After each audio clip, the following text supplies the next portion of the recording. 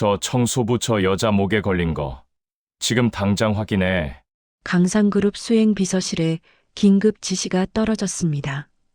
회장 직통 전화. 목소리가 떨리고 있었습니다. 대한민국 10대 그룹을 쥐락펴락하는 서진태 회장. 그 누구 앞에서도 흔들린 적 없는 남자가 신사옥 27층 복도 한가운데서 걸음을 멈춘 것은 소아마비로 한쪽 다리를 절며 바닥을 닦고 있던 청소부 여자의 목에 걸린 낡은 금목걸이 때문이었습니다. 세월에 닳아 빛을 잃었지만 뒤집으면 누군가의 이름 석자가 또렷이 새겨져 있을 그 목걸이. 서진태 회장은 그것을 확인하기도 전에 이미 두 눈에 눈물이 차올랐습니다. 그 낡은 목걸이에는 어떤 비밀이 숨겨져 있는 걸까요? 사연 시작 전에 구독과 좋아요 눌러주시고 지금 어디에서 듣고 계신지도 댓글로 남겨주세요. 강상그룹 신사옥은 서울 한복판, 여의도 금융가의 스카이라인을 새로 그은 56층짜리 유리 건물이었습니다. 준공을 일주일 앞둔 어느 화요일 오후 서진태 회장의 전용 엘리베이터가 27층에서 멈췄지요. 문이 열리자 수행비서 김도연이 반발 앞서 내렸고 그 뒤를 서진태 회장이 따랐습니다. 검은색 캐시미어 코트에 은빛 머리카락을 깔끔하게 넘긴 72세의 노인. 그러나 그의 걸음은 50대처럼 단단했고 복도를 걷는 것만으로도 주변 공기가 긴장하는 것이었습니다. 강상그룹이라는 제국을 맨손으로 일으킨 사람 특유의 압도적인 존재감이 매 걸음마다 바닥에 새겨지고 있었지요. 27층부터 32층까지 임원 사무실 배치도 다시 조정해. 서진태 회장은 걸으면서 지시를 내렸습니다. 김도연 비서가 태블릿에 빠르게 메모를 했지요. 복도는 아직 마감 공사가 한창이었습니다. 보호 비닐이 깔린 대리석 바닥, 비닐 너머로 보이는 연한 크림색 벽면, 창문 밖으로는 한강이 은빛으로 반짝이고 있었습니다. 서진태 회장은 창 밖을 힐끗 보다가 복도 끝으로 시선을 돌렸습니다. 그때였습니다. 복도 끝, 비상구 앞에 한 여자가 쪼그려 앉아 바닥을 닦고 있었습니다. 청소용역 업체의 남색 조끼를 입고 고무장갑을 낀 손으로 걸레를 짜는 모습이었지요. 왼쪽 다리가 안쪽으로 휘어져 있었습니다.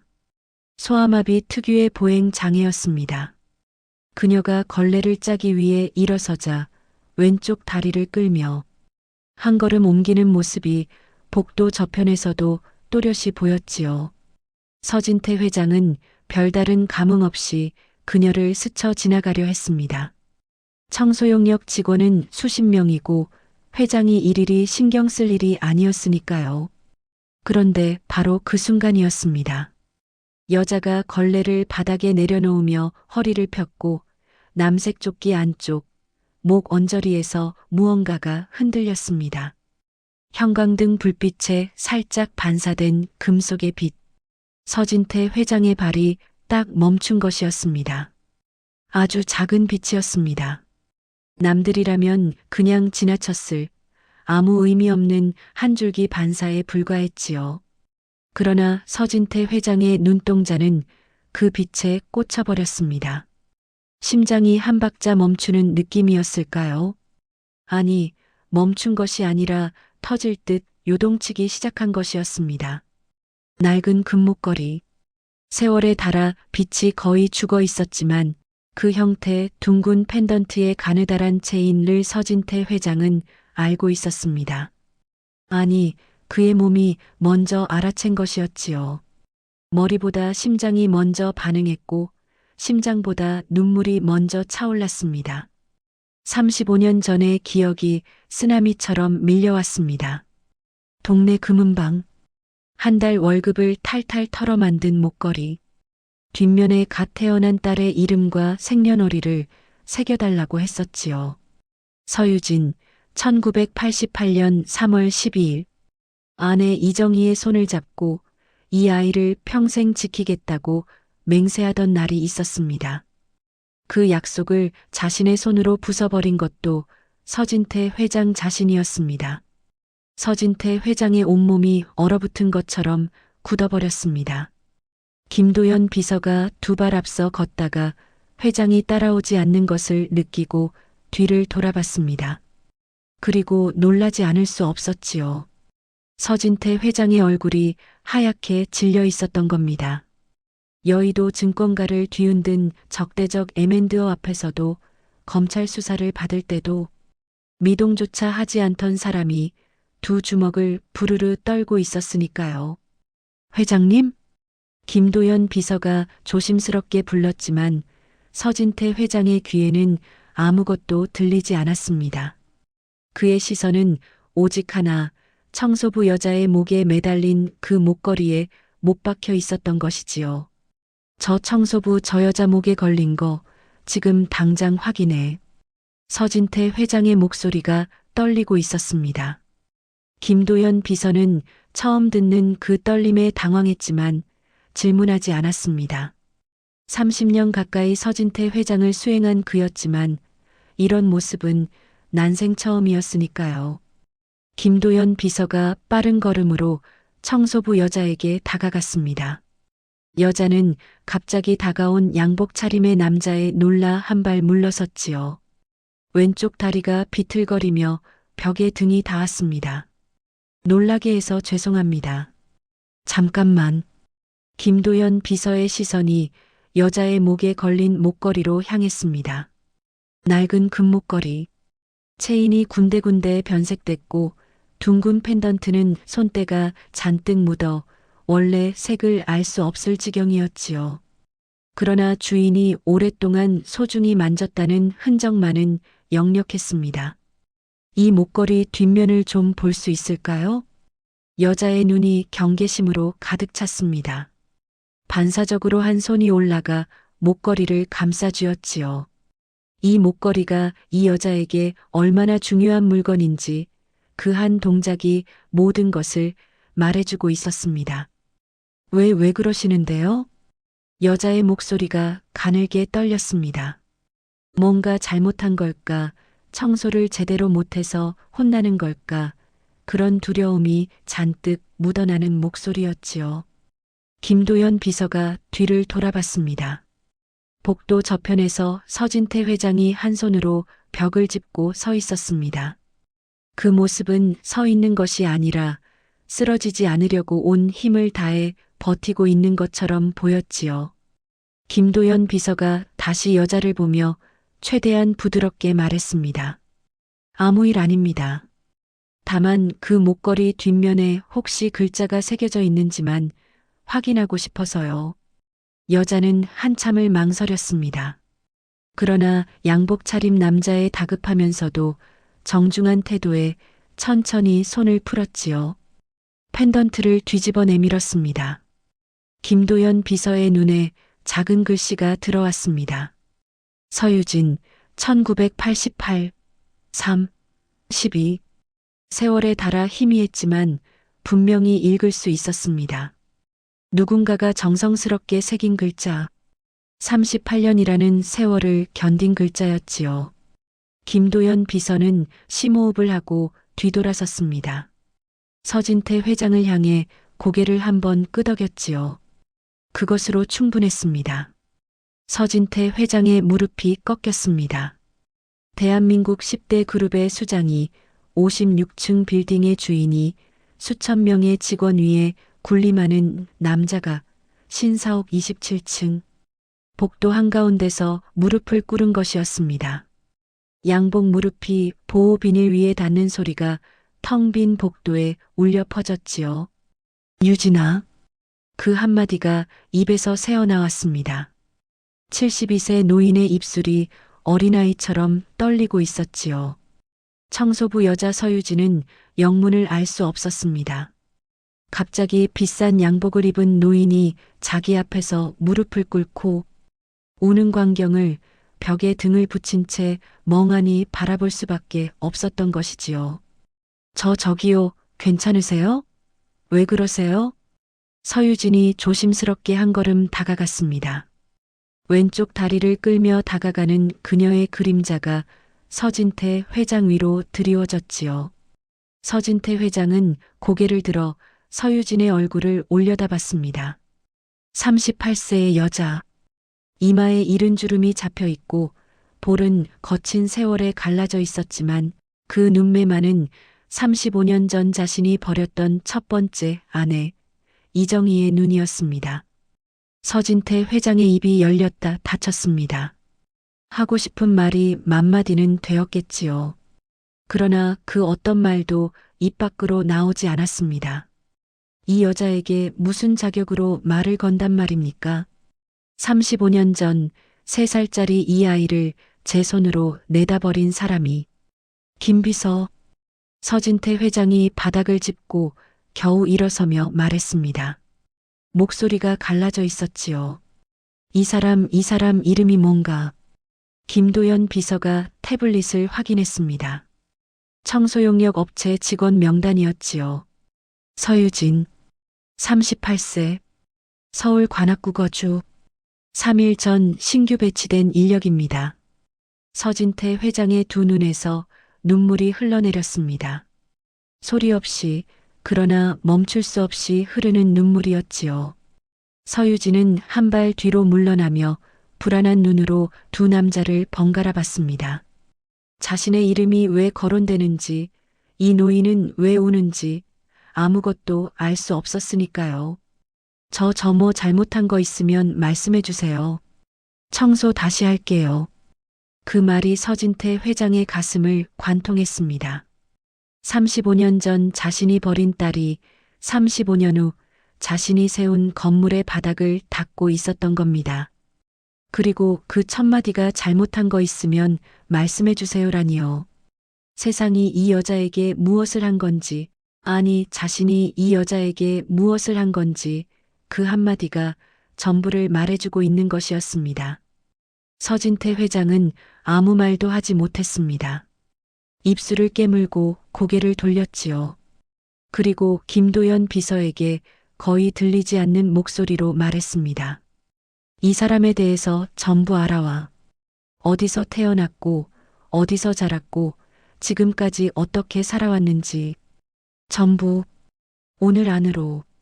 김도연 비서는 무언가 심상치 않은 일이 벌어지고 있다는 것을 직감했지만 묻지 않았습니다.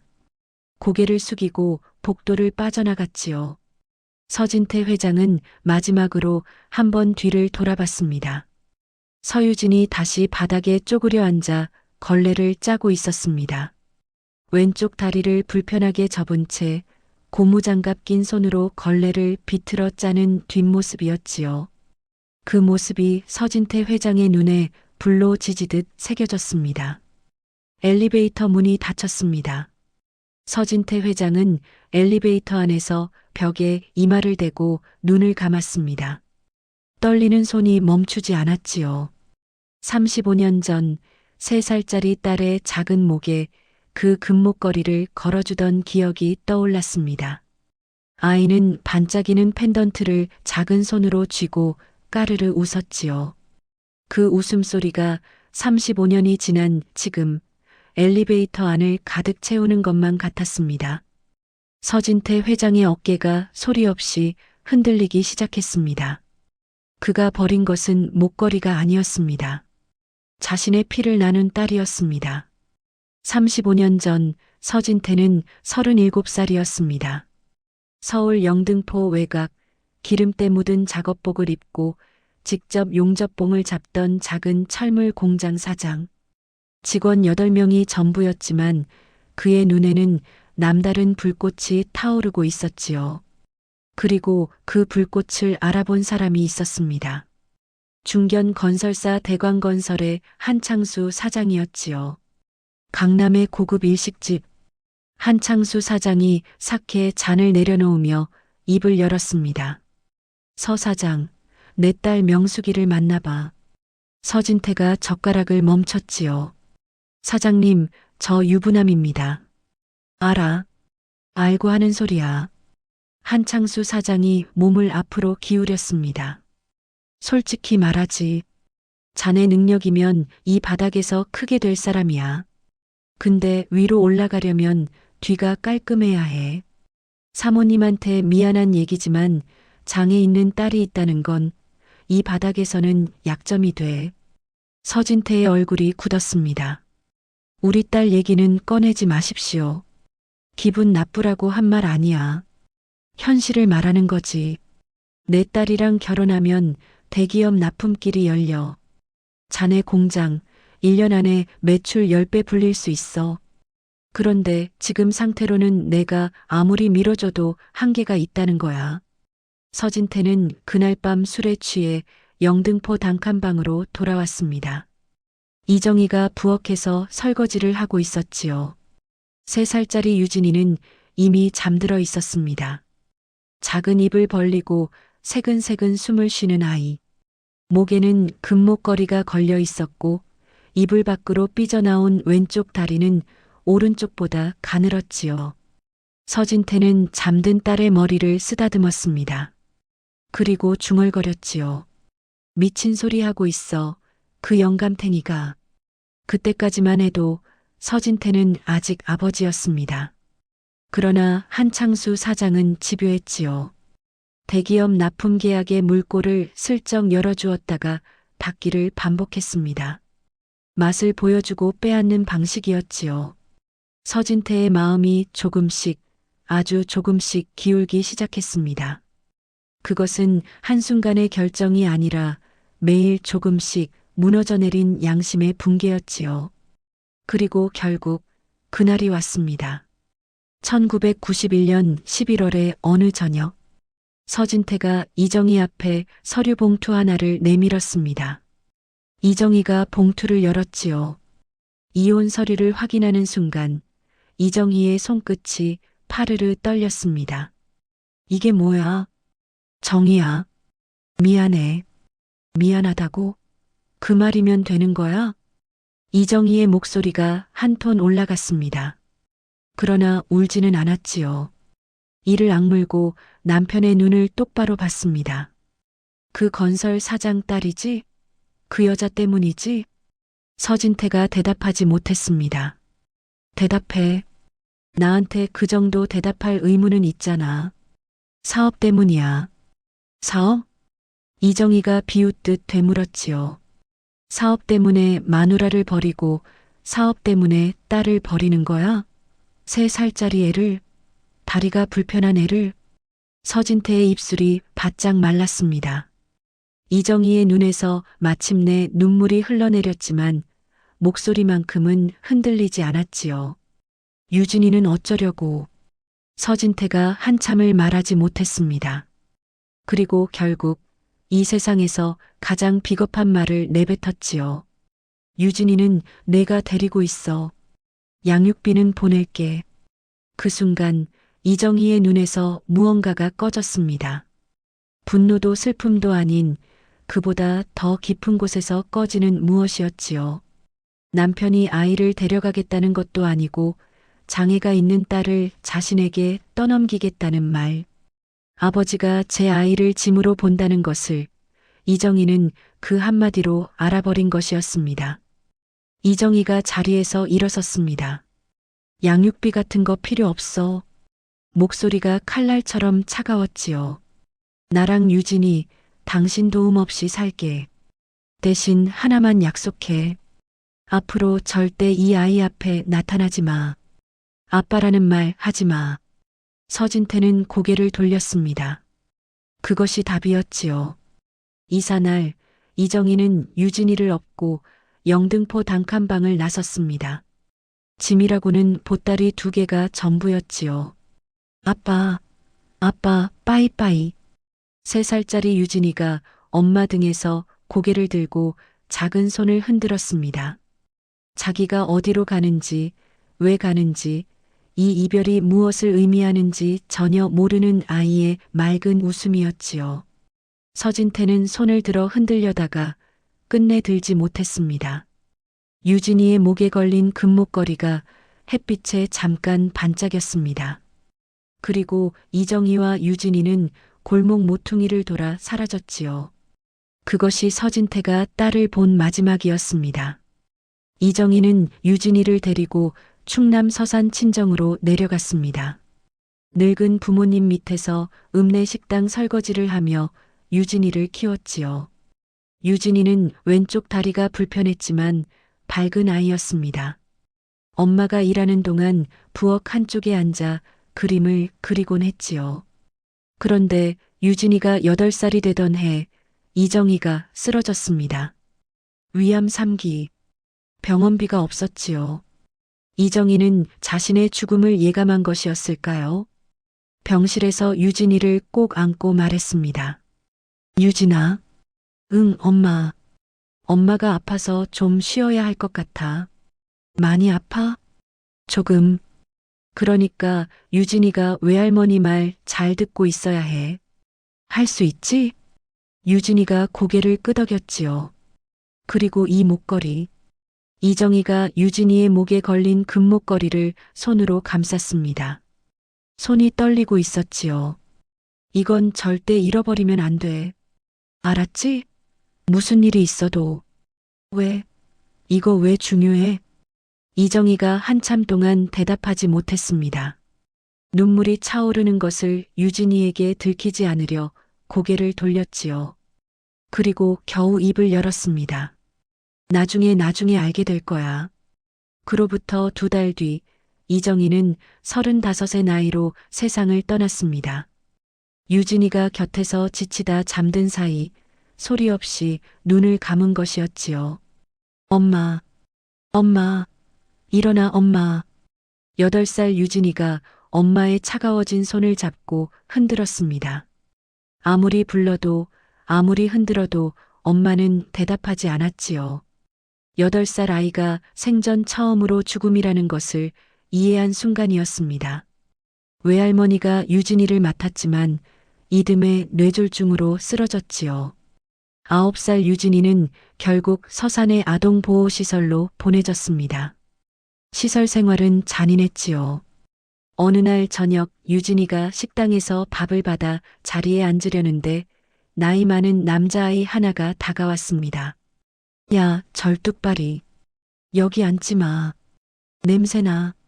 유진이가 쟁반을 들고 멈췄지요. 다른 데 앉을게. 다른 데도 앉지 마. 너 보면 밥맛 떨어져. 주변 아이들이 킥킥거렸습니다. 유진이는 고개를 숙이고 식당 구석으로 갔지요. 혼자 벽을 보고 앉아 밥을 먹었습니다. 그날 밤 이불 속에서 목걸이를 꺼내 손으로 꼭 쥐었지요. 엄마 나 잘 참고 있어. 아무도 듣지 못하는 속삭임이었습니다. 그렇게 유진이는 울지 않는 아이가 되어갔지요. 울면 더 놀린다는 것을, 약한 모습을 보이면 더 당한다는 것을 8살에 깨달아버린 아이였으니까요. 18살에 시설을 나온 서유진에게 세상은 또 한 번 잔인했습니다. 학력은 중학교 졸업이 전부였고 왼쪽 다리 장애로 할 수 있는 일은 한정되어 있었지요.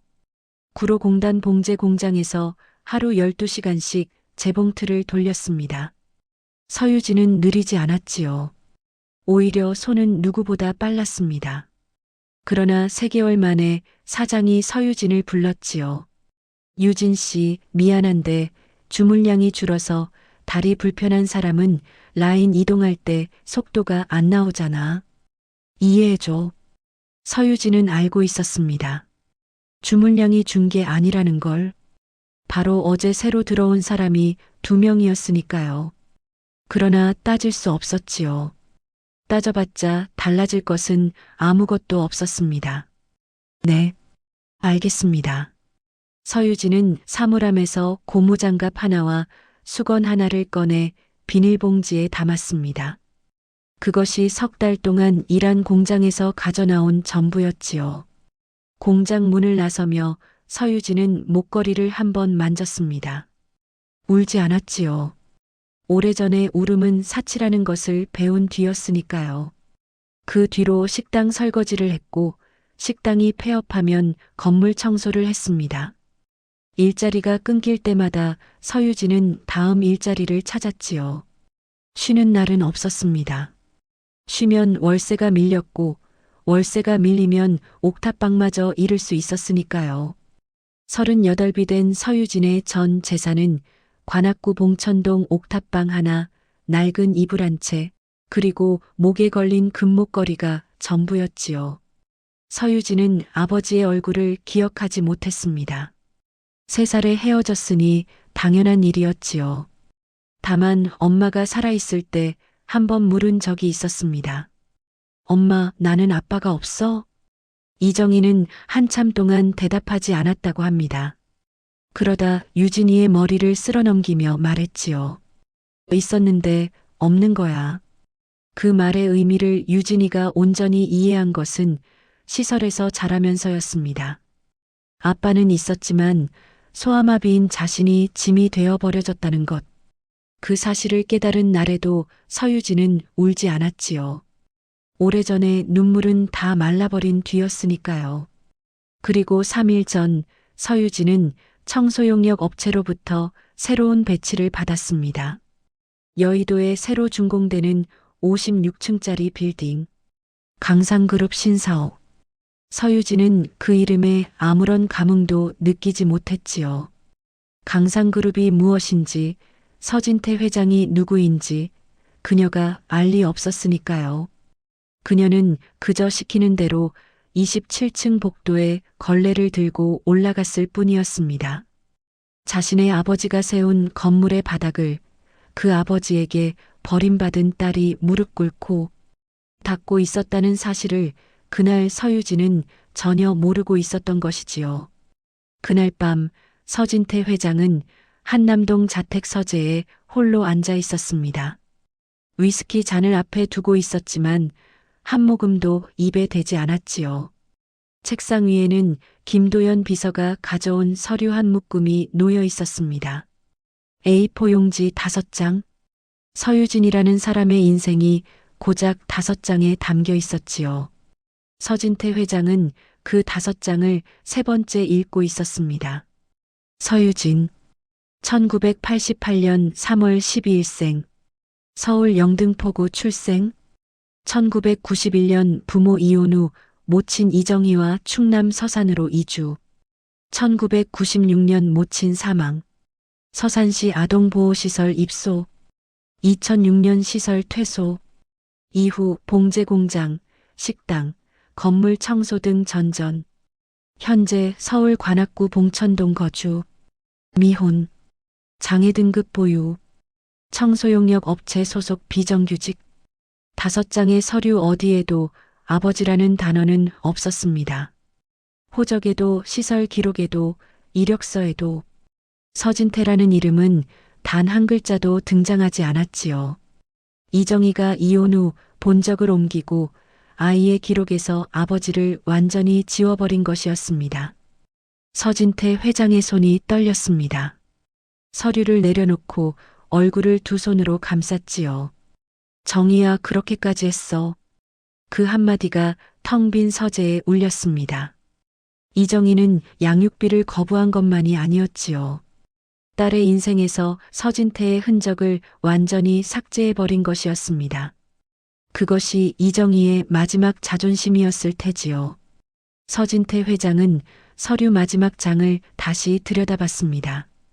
현재 근무지 강산그룹 신사옥 청소용역. 배치일 3일 전. 월급 189만 원. 189만 원. 서진태 회장이 점심 한 끼에 쓰는 돈보다 적었습니다. 자신의 딸이 자기가 세운 건물 바닥을 닦으며 한 달에 189만 원을 받고 있었던 것이지요.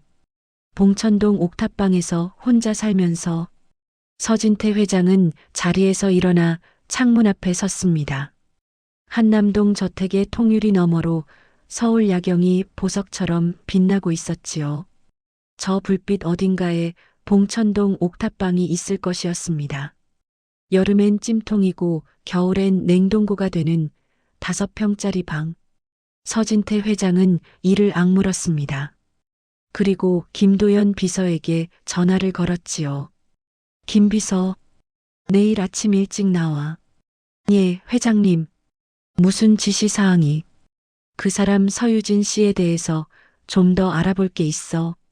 전화기 너머에서 김도연 비서가 잠시 침묵했습니다. 그리고 조심스럽게 물었지요. 회장님, 실례가 되지 않는다면 그분이 회장님과 어떤 관계이신지 여쭤봐도 되겠습니까? 서진태 회장이 한참 동안 대답하지 않았습니다. 창밖의 야경을 바라보는 눈에 다시 물기가 차오르고 있었지요. 그리고 겨우 한마디를 내뱉었습니다. 내 딸이야. 전화기 너머로 김도연 비서가 숨을 삼키는 소리가 들렸습니다. 30년 넘게 수행했으면서 몰랐을 거야. 나한테 첫 번째 결혼이 있었다는 것도, 거기서 딸이 있었다는 것도 아무도 몰라. 명숙이도 모르고 준혁이도 모르고 아는 사람은 이 세상에 나 하나야. 김도연 비서가 조용히 대답했지요. 알겠습니다, 회장님. 이 일은 철저하게 비밀로 해. 사모님 귀에 절대 들어가면 안 돼. 알겠나? 예. 목숨 걸고 지키겠습니다. 서진태 회장은 전화를 끊고 다시 창 밖을 바라봤습니다. 35년 동안 찾지 못했던 딸이 하필이면 자기 회사 건물에서 바닥을 닦고 있었다니. 이것이 우연이었을까요? 아니면 하늘이 내린 벌이었을까요?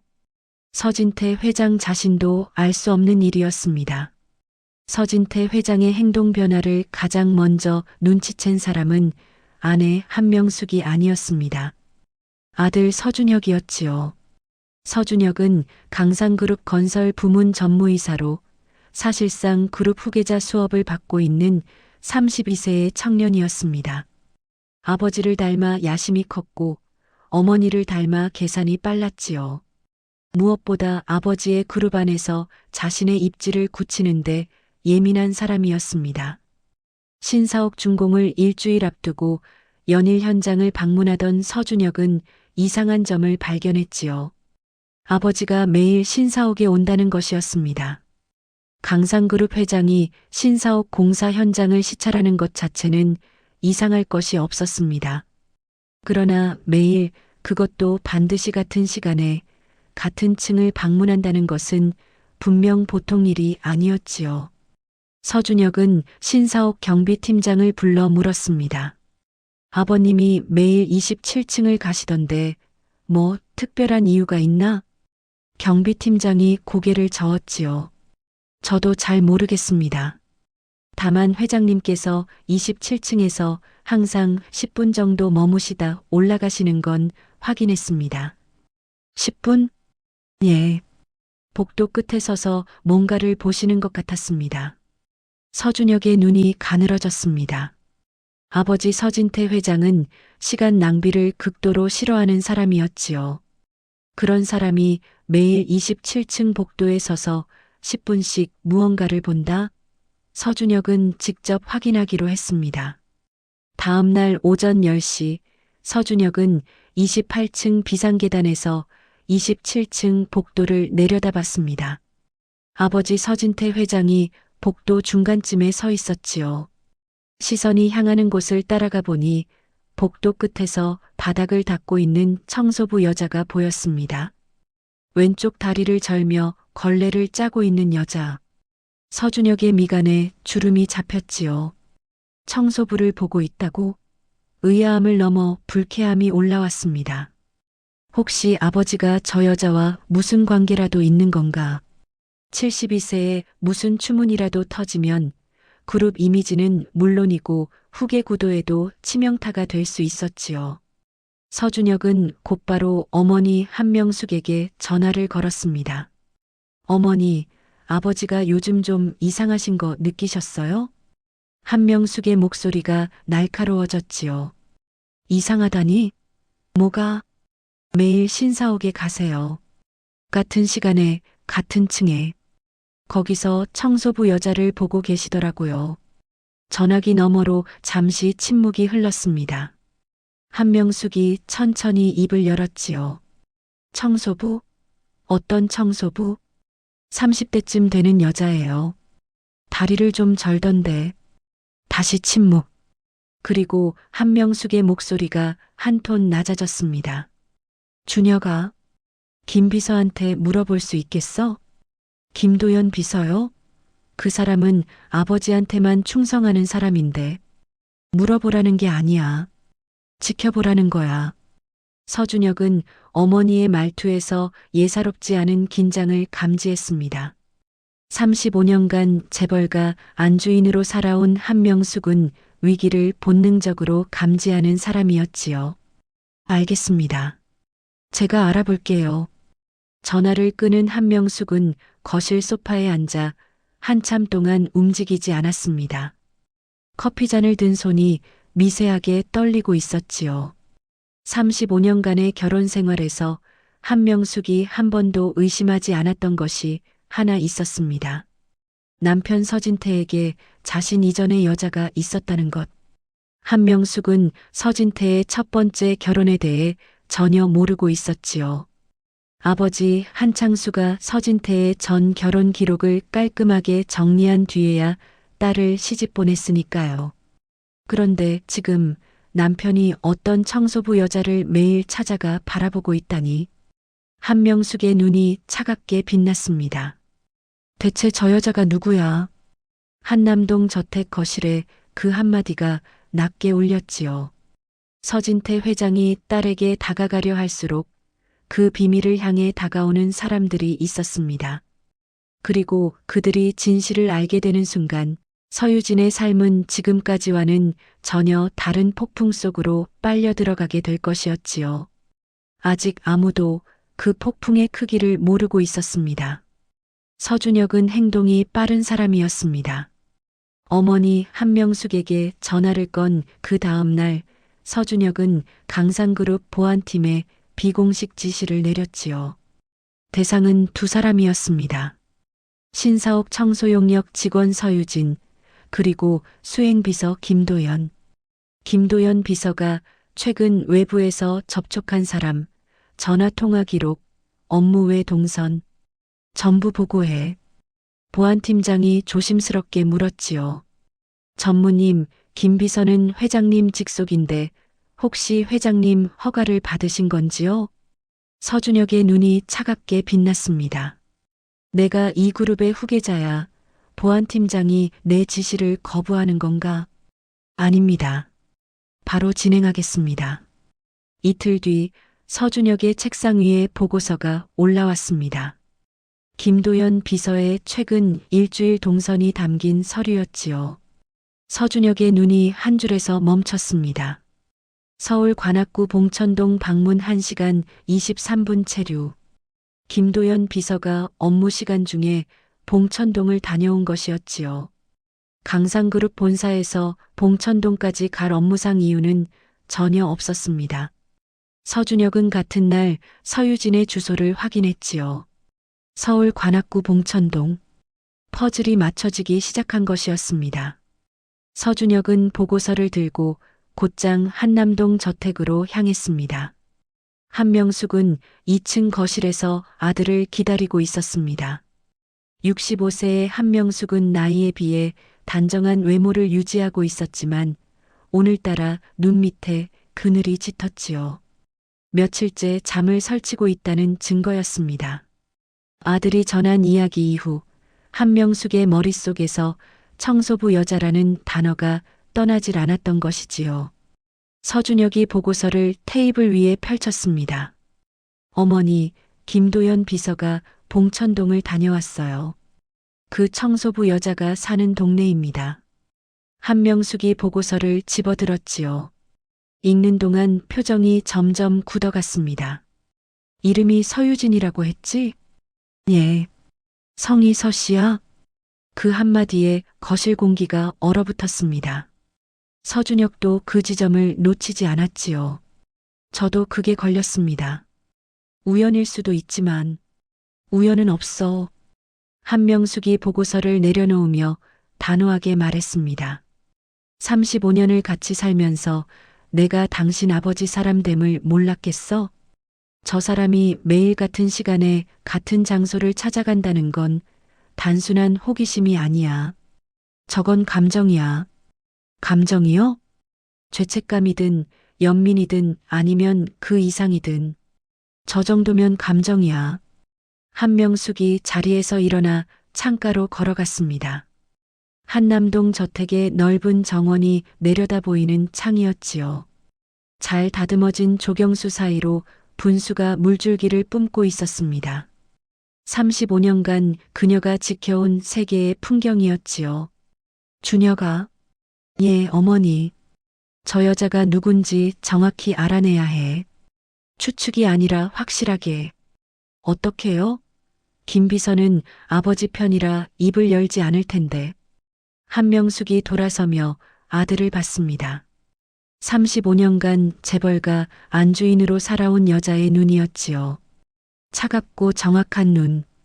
김 비서 말고도 방법은 있어. 그 여자한테 직접 가면 되지.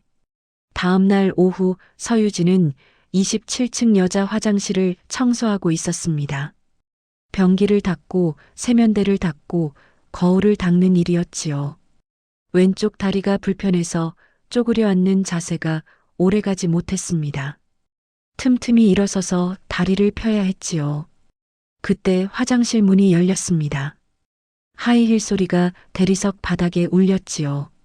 서유진이 고개를 들자 베이지색 트렌치 코트를 입은 여자가 서 있었습니다.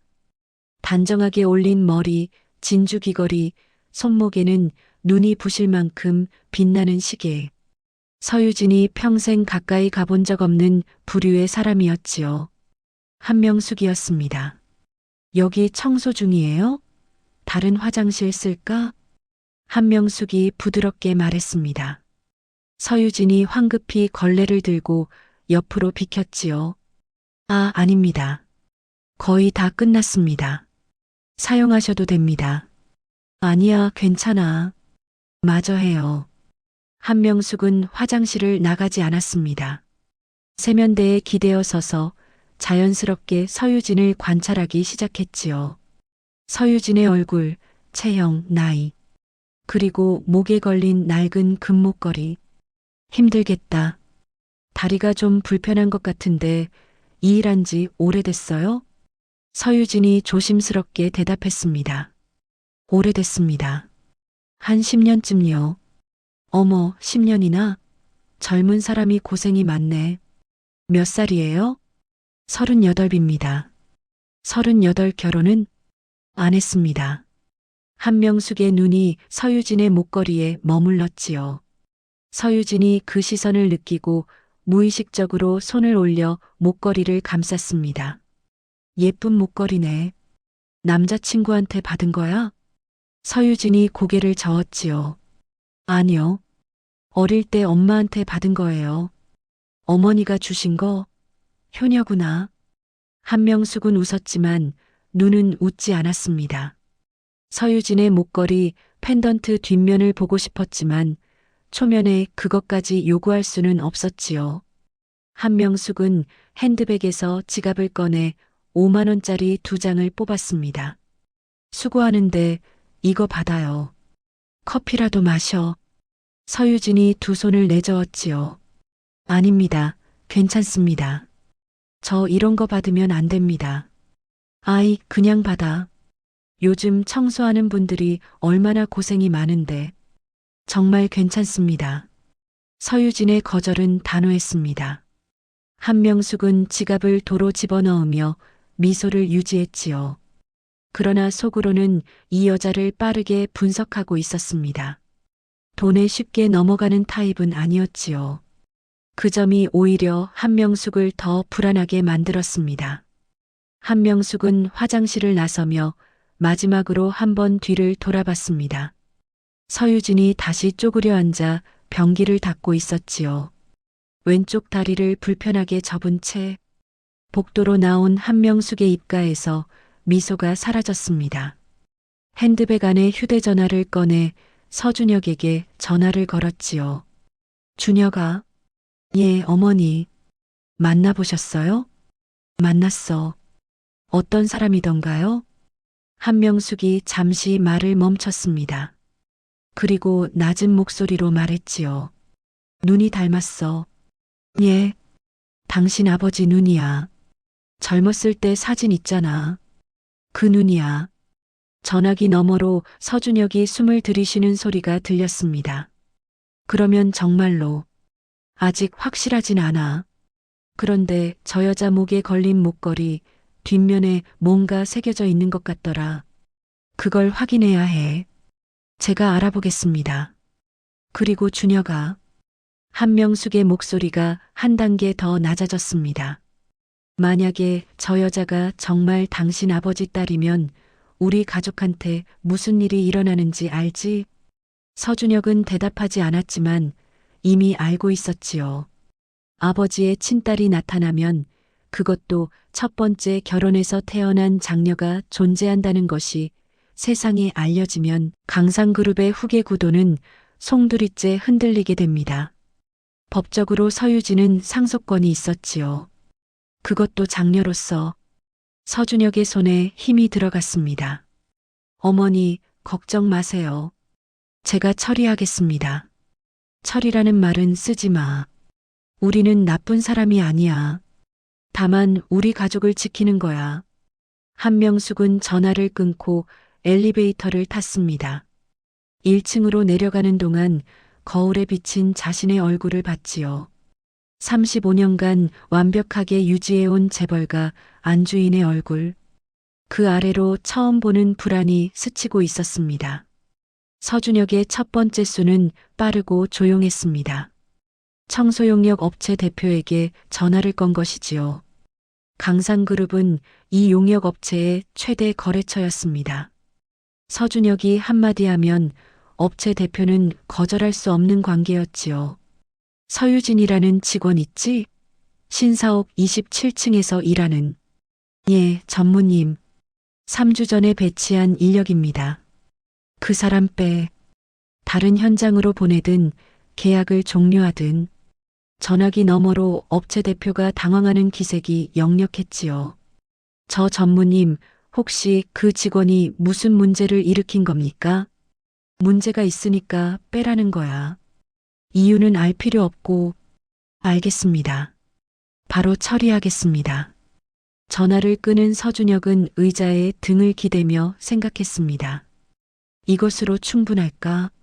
아버지가 그 여자를 매일 보러 간다면 신사옥에서 빼는 것만으로는 부족할 수도 있었지요. 그러나 일단은 물리적으로 거리를 두는 것이 급선무였습니다. 그런데 서준혁이 예상하지 못한 일이 벌어졌지요. 바로 그날 저녁 김도연 비서가 서진태 회장에게 보고를 올린 것이었습니다. 회장님, 청소용역 업체 쪽에서 연락이 왔습니다. 서유진 씨를 신사옥에서 다른 현장으로 이동시키라는 지시가 내려왔다고 합니다. 서진태 회장이 위스키 잔을 내려놓았지요. 누가? 서준혁 전무님이십니다. 서진태 회장의 얼굴이 돌처럼 굳었습니다. 한참 동안 아무 말이 없었지요. 김도연 비서는 그 침묵의 무게를 온몸으로 느끼며 서 있었습니다. 준혁이가 왜? 정확한 이유는 모르겠습니다만 최근 보안팀을 통해 제 동선과 서유진 씨에 대한 정보를 수집하고 있었습니다. 서진태 회장의 눈에 날카로운 빛이 스쳤지요. 명숙이도 알고 있나? 아직 확인하지 못했습니다. 그러나 서준혁 전무님이 독자적으로 움직였을 가능성은 낮습니다. 서진태 회장이 자리에서 일어났습니다. 창 앞으로 걸어가 두 손을 등 뒤로 깍지 꼈지요. 어깨가 미세하게 떨리고 있었습니다. 분노인지 두려움인지 아니면 둘 다인지 알 수 없는 떨림이었지요. 용역업체에 전해 서유진 씨 배치는 절대 변경하지 말라고. 회장 지시라고. 알겠습니다. 그리고 서진태 회장이 돌아서며 김도연 비서를 봤습니다. 72세 노인의 눈에 35년간 재계를 지배해온 남자의 기가 되살아나고 있었지요.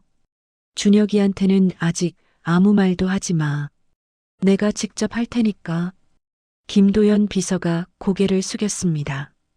그 밤 서진태 회장은 서재에 앉아 한참 동안 움직이지 않았지요. 35년간 감춰온 비밀이 무너지기 시작하고 있었습니다. 아내와 아들이 서유진의 존재를 눈치채기 시작한 것이지요. 서진태 회장은 알고 있었습니다. 이 비밀이 드러나는 순간 자신의 가정은 폭풍 속으로 빨려 들어갈 것이라는 것을. 그러나 동시에 또 하나의 사실도 알고 있었지요.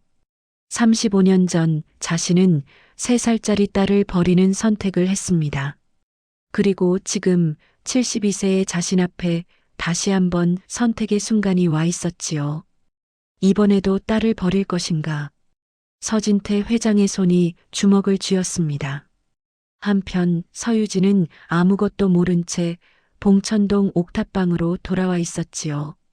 라면 하나를 끓여 후루룩 먹고 좁은 방 한쪽에 이불을 펴고 누웠습니다. 천장에 금이 가 있었지요. 비가 오면 그 금 사이로 물이 새는 익숙한 천장이었습니다. 서유진은 목걸이를 꺼내 손에 쥐었지요. 매일 밤 하는 습관이었습니다. 엄마가 마지막으로 남긴 것. 절대 잃어버리면 안 되라는 말과 함께. 엄마, 오늘 이상한 일이 있었어. 서유진은 천장을 보며 혼잣말을 했지요. 화장실 청소하고 있는데 되게 부잣집 아줌마 같은 사람이 와서 말을 걸더라. 돈도 주려고 하고. 근데 좀 이상했어. 자꾸 내 목걸이를 보는 거야. 서유진은 목걸이 펜던트를 손가락으로 쓸었습니다. 이 목걸이에 뭐가 있는 거야, 엄마? 나중에 알게 될 거라면서. 엄마, 대체 뭘 알게 되는 건데? 대답은 오지 않았지요. 봉천동 옥탑방에는 11월 찬바람 소리만 창문을 흔들고 있었습니다. 서유진은 목걸이를 가슴 위에 올려놓고 눈을 감았지요. 내일도 아침 8시까지 여의도에 가야 했습니다. 56층짜리 빌딩, 27층 복도. 누구의 건물인지도 모르는 그 빌딩에서 오늘처럼 바닥을 닦아야 했지요. 그 바닥 위에서 지금 이 순간에도 누군가의 시선이 자신을 향하고 있다는 것을, 그 시선 뒤에 35년 묵은 비밀이 숨어 있다는 것을, 그리고 그 비밀을 둘러싼 폭풍이 이미 시작되었다는 것을 서유진은 전혀 알지 못한 채 잠들었습니다. 그녀의 가슴 위에서 낡은 금목걸이만이 희미하게 빛나고 있었지요. 서준혁은 아버지의 반격을 예상하지 못했습니다. 청소용역 업체에 내린 배치 변경 지시가 회장 직권으로 원상복구된 것이지요. 서준혁이 용역업체 대표에게 전화를 걸자 대표의 목소리가 곤란함으로 가득 차 있었습니다. 전무님, 죄송합니다. 회장님 쪽에서 직접 지시가 내려와서 저희로서는 회장님 지시를 따를 수밖에 없습니다. 서준혁의 턱에 힘이 들어갔지요. 알겠어. 끊어. 전화를 내려놓은 서준혁은 의자 팔걸이를 움켜쥐었습니다. 아버지가 직접 개입했다는 것은 그 청소부 여자가 단순한 대상이 아니라는 뜻이었지요. 서준혁은 확신했습니다.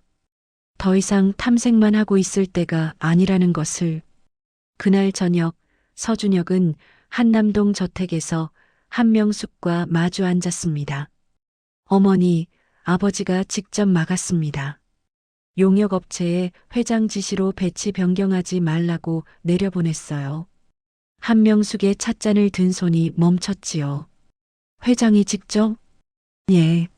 아버지가 청소부 한 명의 배치를 직접 챙기고 있는 겁니다. 이건 보통 일이 아닙니다. 한명숙이 찻잔을 소리 없이 내려놓았습니다. 한참 동안 말이 없었지요. 그리고 천천히 입을 열었습니다. 그 여자 목걸이 뒷면 확인했어? 아직 못했습니다. 그걸 확인하지 않고 뭘 어떻게 하겠다는 거야? 한명숙의 목소리에 날이 섰지요.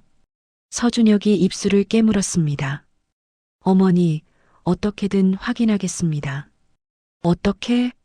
서준혁이 잠시 생각하다 말했지요. 그 여자한테 직접 가겠습니다.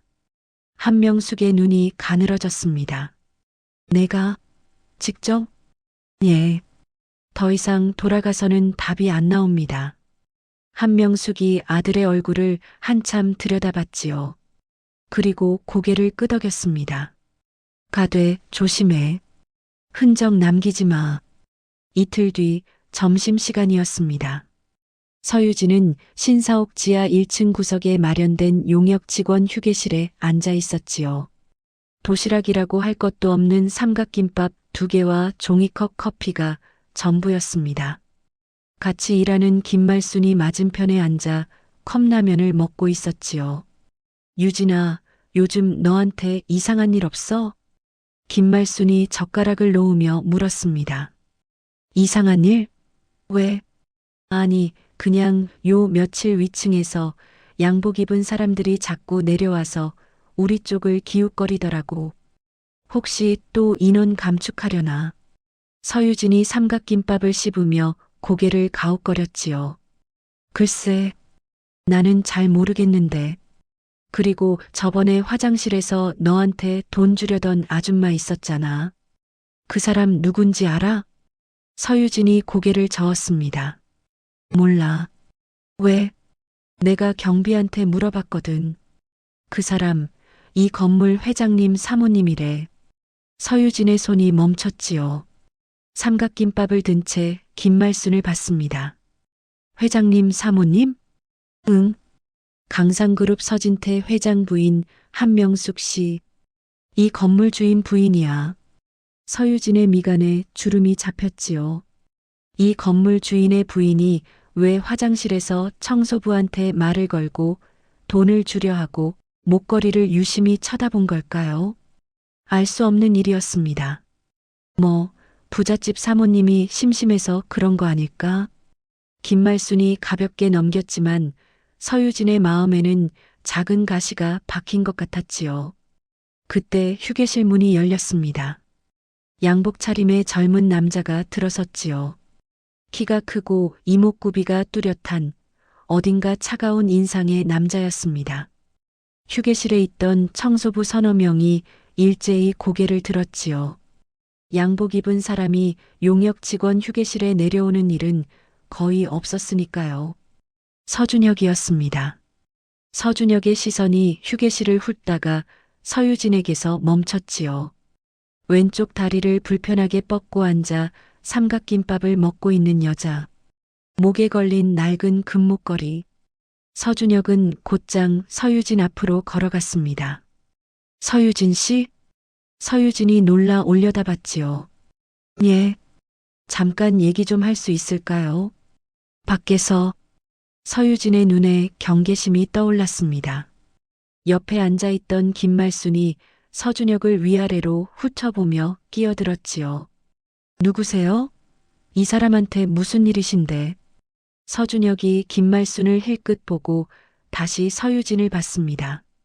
강상그룹 서준혁입니다. 이 건물 관련해서 확인할 게 있어서요. 강상그룹이라는 이름에 휴게실 공기가 달라졌지요. 김말순의 입이 벌어졌고 다른 청소부들도 숨을 죽였습니다. 서유진은 천천히 삼각김밥을 내려놓고 일어섰지요. 왼쪽 다리를 끌며 서준혁을 따라 휴게실 밖으로 나갔습니다. 지하 1층 복도 끝, 사람이 다니지 않는 비상구 앞이었습니다. 서준혁이 먼저 입을 열었지요. 단도직입적으로 묻겠습니다. 서유진이 서준혁을 올려다봤습니다. 키 차이가 꽤 났지요. 서유진은 긴장한 채 고개를 약간 뒤로 젖혀야 했습니다. 그 목걸이 뒷면에 뭐가 새겨져 있습니까? 서유진의 손이 반사적으로 목걸이를 감쌌지요. 며칠 전 화장실에서 한명숙도 그 전에 양복 입은 비서도 같은 질문을 했었습니다. 대체 이 목걸이에 왜 다들 관심을 갖는 건지 서유진은 불안했지요. 왜 그걸 물으시는 건데요? 대답만 해주시면 됩니다. 서준혁의 말투는 부드럽지 않았습니다. 묻는 것이 아니라 요구하는 톤이었지요. 서유진의 눈에 반발심이 떠올랐습니다. 대답 안 하면 안 되나요? 이건 제 물건이고 제 사생활인데. 그렇게 나오면 할 수 없지요. 서준혁이 주머니에서 접힌 종이 한 장을 꺼냈습니다. 서유진 앞에 펼쳐 보였지요. 서유진의 기본 신상 정보가 적힌 서류였습니다. 이름, 나이, 주소, 가족관계. 서유진. 1988년 3월 12일생. 부친 란공란. 모친 이정희 사망. 서유진의 얼굴이 창백해졌습니다. 이걸 어떻게... 저는 이 그룹의 전무이사입니다. 이 정도는 알 수 있어요. 서준혁이 서류를 접어 다시 주머니에 넣으며 말했지요. 부친 란이 비어 있더군요. 아버지가 누군지 모르시는 겁니까? 서유진의 입술이 떨리기 시작했습니다. 이 남자가 왜 자신의 신상을 조사했는지, 왜 아버지에 대해 묻는지, 뭔가 거대한 것이 자신을 향해 다가오고 있다는 것을 본능적으로 느낀 것이지요. 제 아버지가 당신들하고 무슨 상관인데요? 상관이 있으니까 묻는 겁니다. 서준혁이 한 발 다가섰습니다. 서유진이 한 발 물러섰지요. 등이 비상구 철문에 닿았습니다. 목걸이 뒷면을 보여주세요. 그러면 이 대화는 끝납니다. 서유진은 목걸이를 쥔 손에 더 힘을 주었지요. 한참을 서준혁의 눈을 노려보다가 입을 열었습니다. 안 보여줄 겁니다. 이건 엄마가 남긴 유일한 거예요. 누가 뭐라 해도 안 보여줍니다. 서준혁의 눈이 좁아졌지요. 입을 열려는 순간이었습니다. 회장님, 여기서는 안 됩니다. 김도연 비서의 다급한 목소리가 복도 저편에서 들려왔지요. 비켜. 낮지만 단단한 목소리가 뒤를 이었습니다. 서유진과 서준혁이 동시에 고개를 돌렸지요. 서진태 회장이 걸어오고 있었습니다. 검은 캐시미어 코트, 은빛 머리카락, 72세 노인의 얼굴 위에 분노와 고통이 뒤섞여 있었지요. 김도연 비서가 반발 뒤에서 만류하듯 따르고 있었지만 서진태 회장은 뒤도 돌아보지 않았습니다. 아버지. 서준혁이 한 발 물러섰지요. 서진태 회장이 천천히 걸어왔습니다. 한 걸음 한 걸음. 구두 소리가 지하 복도에 울릴 때마다 공기가 무거워지는 것이었습니다. 서진태 회장이 서준혁 앞에 멈춰섰지요. 누가 시켰어? 아버지, 저는 그저 그룹을 보호하려고. 누가 시켰냐고. 서진태 회장의 목소리가 한 톤 올라갔습니다. 서준혁이 입을 다물었지요. 서진태 회장은 아들의 눈을 한참 들여다보다가 시선을 돌렸습니다. 서유진이 벽에 등을 붙인 채 두 남자를 번갈아 보고 있었지요. 영문을 알 수 없다는 표정이었습니다. 갑자기 나타난 젊은 남자가 자기 신상을 조사하고 목걸이를 보여달라 하더니 이번에는 또 다른 노인이 나타나 그 남자를 아버지라고 부르고 있으니까요. 서진태 회장이 서유진을 바라봤습니다. 입을 열었다 닫았지요. 몇 번을 그러다가 겨우 한마디를 꺼냈습니다. 유진 씨 놀랐지요? 서유진이 고개를 끄덕이지도 않고 서진태 회장을 올려다봤습니다. 이 노인은 며칠 전 27층 복도에서 자기 앞에 무릎을 꿇고 울었던 사람이었지요. 그때도 이해할 수 없었지만 지금은 더 이해할 수 없었습니다. 대체 무슨 일이에요? 왜 다들 저한테 이러시는 거예요? 저 뭐 잘못한 거 있어요? 서유진의 목소리가 떨리고 있었습니다. 두려움과 혼란이 뒤섞인 떨림이었지요. 서진태 회장이 입을 열려는 순간 서준혁이 먼저 말했습니다. 아버지, 여기서 이러시면 안 됩니다. 자리를 옮기시지요. 닥쳐. 서진태 회장이 낮게 내뱉었지요. 서준혁이 굳어졌습니다. 아버지에게 그런 말을 들은 것은 태어나 처음이었으니까요. 서진태 회장이 다시 서유진을 봤습니다. 그리고 천천히, 아주 천천히 입을 열었지요. 유진 씨, 내가 할 말이 있어요.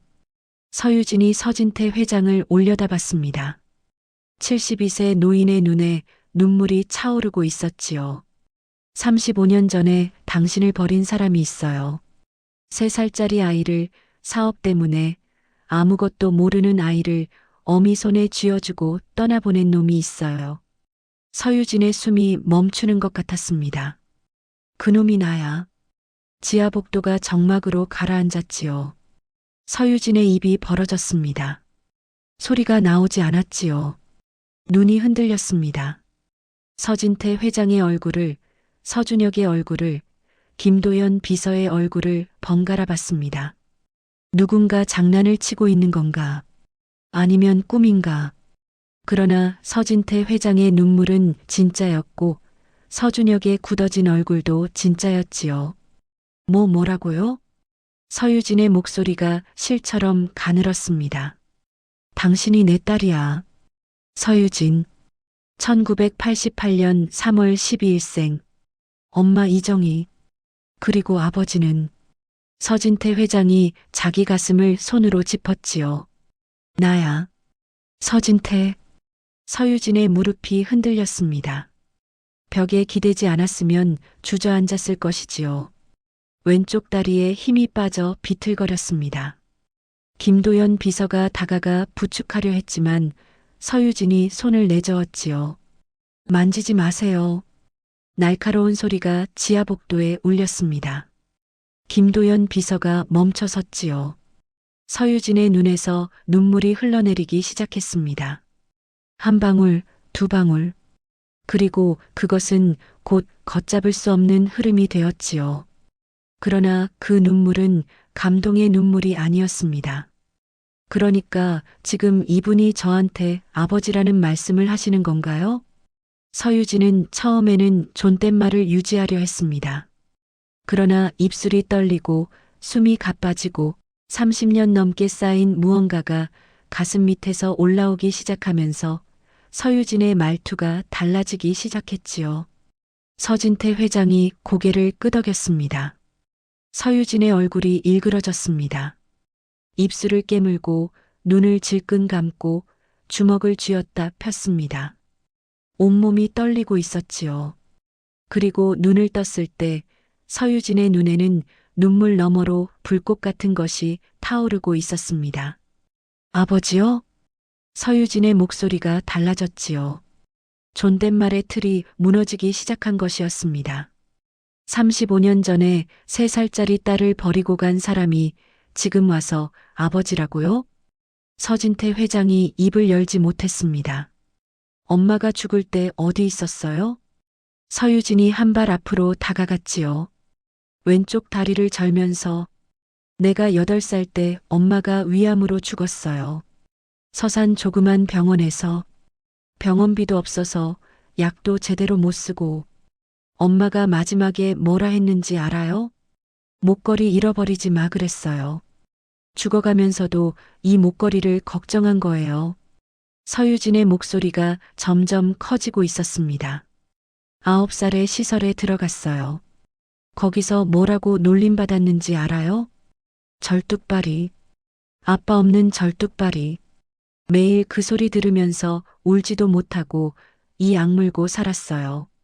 서진태 회장의 눈물이 볼을 타고 흘러내렸지요. 그러나 서유진은 멈추지 않았습니다.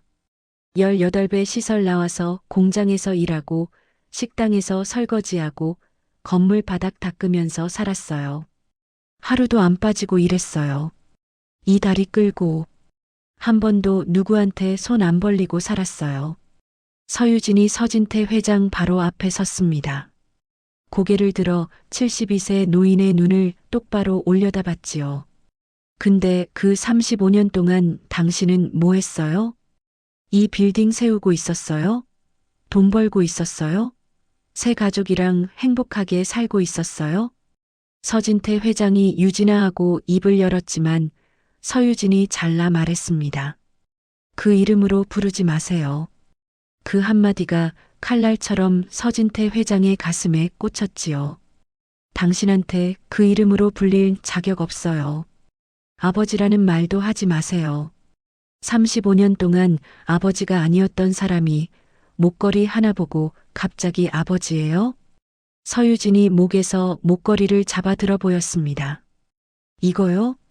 이거 당신이 만들어준 거라면서요? 뒷면에 내 이름 새겨져 있는 거요? 서진태 회장이 고개를 끄덕였지요. 그래요. 내 이름이 새겨져 있어요. 서유진, 1988, 3, 12. 38년 동안 이거 하나 붙잡고 살았어요. 엄마가 남긴 유일한 거니까. 근데 이게 아버지라는 사람이 만들어준 거였어요? 서유진이 비웃듯 웃었습니다. 눈물 위에 겹쳐진 쓸쓸한 웃음이었지요. 잘 됐네요. 이제 알았으니까 됐잖아요. 확인하셨잖아요. 내가 당신 딸 맞다고. 그러면 됐어요. 서유진이 돌아섰습니다. 유진 씨, 서진태 회장이 불렀지만 서유진은 멈추지 않았지요. 왼쪽 다리를 절며 복도를 걸어갔습니다. 아무것도 필요 없어요. 서유진이 뒤도 돌아보지 않고 말했습니다. 35년 전에 필요 없다고 버린 딸한테 35년 뒤에 와서 뭘 어쩌겠다는 건지 모르겠지만 전 아무것도 필요 없어요. 없이 살아왔으니까. 앞으로도 없이 살 수 있어요. 왼쪽 다리를 절며 멀어져가는 서유진의 뒷모습. 남색 조끼가 형광등 불빛 아래서 흔들리고 있었지요. 서진태 회장은 그 자리에 서서 딸의 뒷모습을 바라봤습니다. 손을 뻗으면 닿을 거리에 있었지만 그 손을 뻗을 자격이 없다는 것을 알고 있었지요. 35년 전 골목 모퉁이를 돌아 사라지던 아기의 뒷모습이 겹쳐졌습니다. 그때도 이렇게 아무것도 하지 못했었지요. 서유진의 모습이 비상구 문 너머로 사라졌습니다. 서진태 회장의 다리에서 힘이 빠졌지요. 주머니에서 손수건을 꺼내 얼굴을 가렸습니다. 72세 노인의 어깨가 소리 없이 흔들렸습니다. 김도연 비서가 조용히 다가와 말했지요. 회장님, 올라가시지요. 서진태 회장이 손수건 너머로 고개를 저었습니다. 잠깐만 기다려. 텅 빈 지하 복도에 서진태 회장의 흐느낌이 낮게 울렸습니다. 형광등 불빛이 차갑게 내리쬐는 그 복도 위에 72세 노인의 그림자가 작게 웅크려 있었지요. 옆에 서 있던 서준혁은 아무 말도 하지 못했습니다. 아버지가 무너지는 모습을 처음 본 것이기도 했지만 그보다 더 큰 충격이 있었지요. 아버지에게 첫 번째 결혼이 있었다는 것. 그 결혼에서 딸이 태어났다는 것. 그 딸이 35년간 바닥을 닦으며 살아왔다는 것. 그 모든 것이 한꺼번에 밀려온 것이었습니다. 서준혁은 아버지를 보다가 서유진이 사라진 비상구 문을 보다가 자신의 손을 내려다봤습니다. 방금 자기가 저 여자에게 한 짓이 떠올랐지요. 신상을 조사하고 벽으로 몰아세우고 목걸이를 보여달라고 압박한 것. 그것이 자기 누나에게 한 짓이었다는 것을 깨닫자 입안에 쓴맛이 퍼졌습니다. 35년 전 3살짜리 딸이 아빠 빠이빠이 하며 흔들던 작은 손이 떠올랐습니다. 그리고 오늘 38살이 된 딸이 그 이름으로 부르지 마세요라고 말한 목소리가 떠올랐지요. 35년이라는 세월이 만든 간격은 눈물만으로는 메울 수 없는 것이었습니다. 그날 밤 서유진은 봉천동 옥탑방으로 돌아와 문을 잠갔습니다. 신발도 벗지 않은 채 방바닥에 주저앉았지요. 한참 동안 움직이지 못했습니다. 머릿속에서 서진태 회장의 목소리가 되풀이되고 있었지요. 그놈이 나야. 서유진은 두 손으로 얼굴을 감쌌습니다. 울어야 할 것 같았지만 눈물이 나오지 않았지요. 낮에 쏟을 만큼 쏟아버린 탓이었을까요? 아니면 너무 큰 충격에 눈물조차 마른 것이었을까요? 아버지가 나타났습니다. 35년 만에. 그것도 대한민국 10대 그룹의 회장으로. 서유진은 비웃음을 흘렸지요. 기가 막혀서 나오는 웃음이었습니다. 재벌이래. 내 아버지가 재벌이래. 혼잣말이 좁은 방에 울렸지요. 천장의 금 사이로 찬바람이 새어 들어왔습니다. 서유진의 시선이 방 한쪽 구석에 있는 낡은 종이 상자에 멈췄지요. 과일 박스를 재활용한 테이프로 너덜너덜하게 붙인 상자. 서유진이 18살에 시설을 나올 때 들고 나온 유일한 짐이었습니다. 그 안에는 어머니 이정희의 유품이 들어 있었지요. 평소에는 열어보지 않았습니다. 열면 엄마 생각에 하루를 망치니까요. 그런데 오늘은 달랐습니다. 오늘은 열어봐야 할 것 같았지요. 아버지라는 사람이 나타난 날, 엄마의 물건 곁에 있고 싶었던 것인지도 모릅니다. 서유진이 상자를 끌어당겨 뚜껑을 열었지요. 안에는 물건이 몇 개 들어 있었습니다. 이정희의 주민등록증, 발해진 증명사진 한 장, 유진이가 5살 때 그린 크레파스 그림, 서산병원의 진료 기록부, 그리고 맨 아래 접힌 편지 봉투 하나. 서유진은 그 봉투를 꺼내 들었습니다. 보았던 물건이었지요. 어릴 때부터 이 상자 안에 있었으니까요. 그러나 한 번도 열어본 적이 없었습니다. 봉투 겉면에 엄마 글씨로 이렇게 적혀 있었기 때문이었지요. 유진이가 20살이 되면 열어볼 것. 서유진은 20살이 넘어서도 이 편지를 열지 않았습니다. 열면 무너질 것 같아서, 엄마의 마지막 글을 읽어버리면 진짜로 엄마가 없어지는 것 같아서, 그래서 18년을 더 묵혀둔 것이었지요. 그런데 오늘 서유진의 손이 봉투를 뜯고 있었습니다. 손끝이 떨렸지요. 봉투 안에서 접힌 편지지 3장이 나왔습니다. 서산병원 입원실의 메모지에 이정희의 손글씨가 빼곡하게 적혀 있었지요.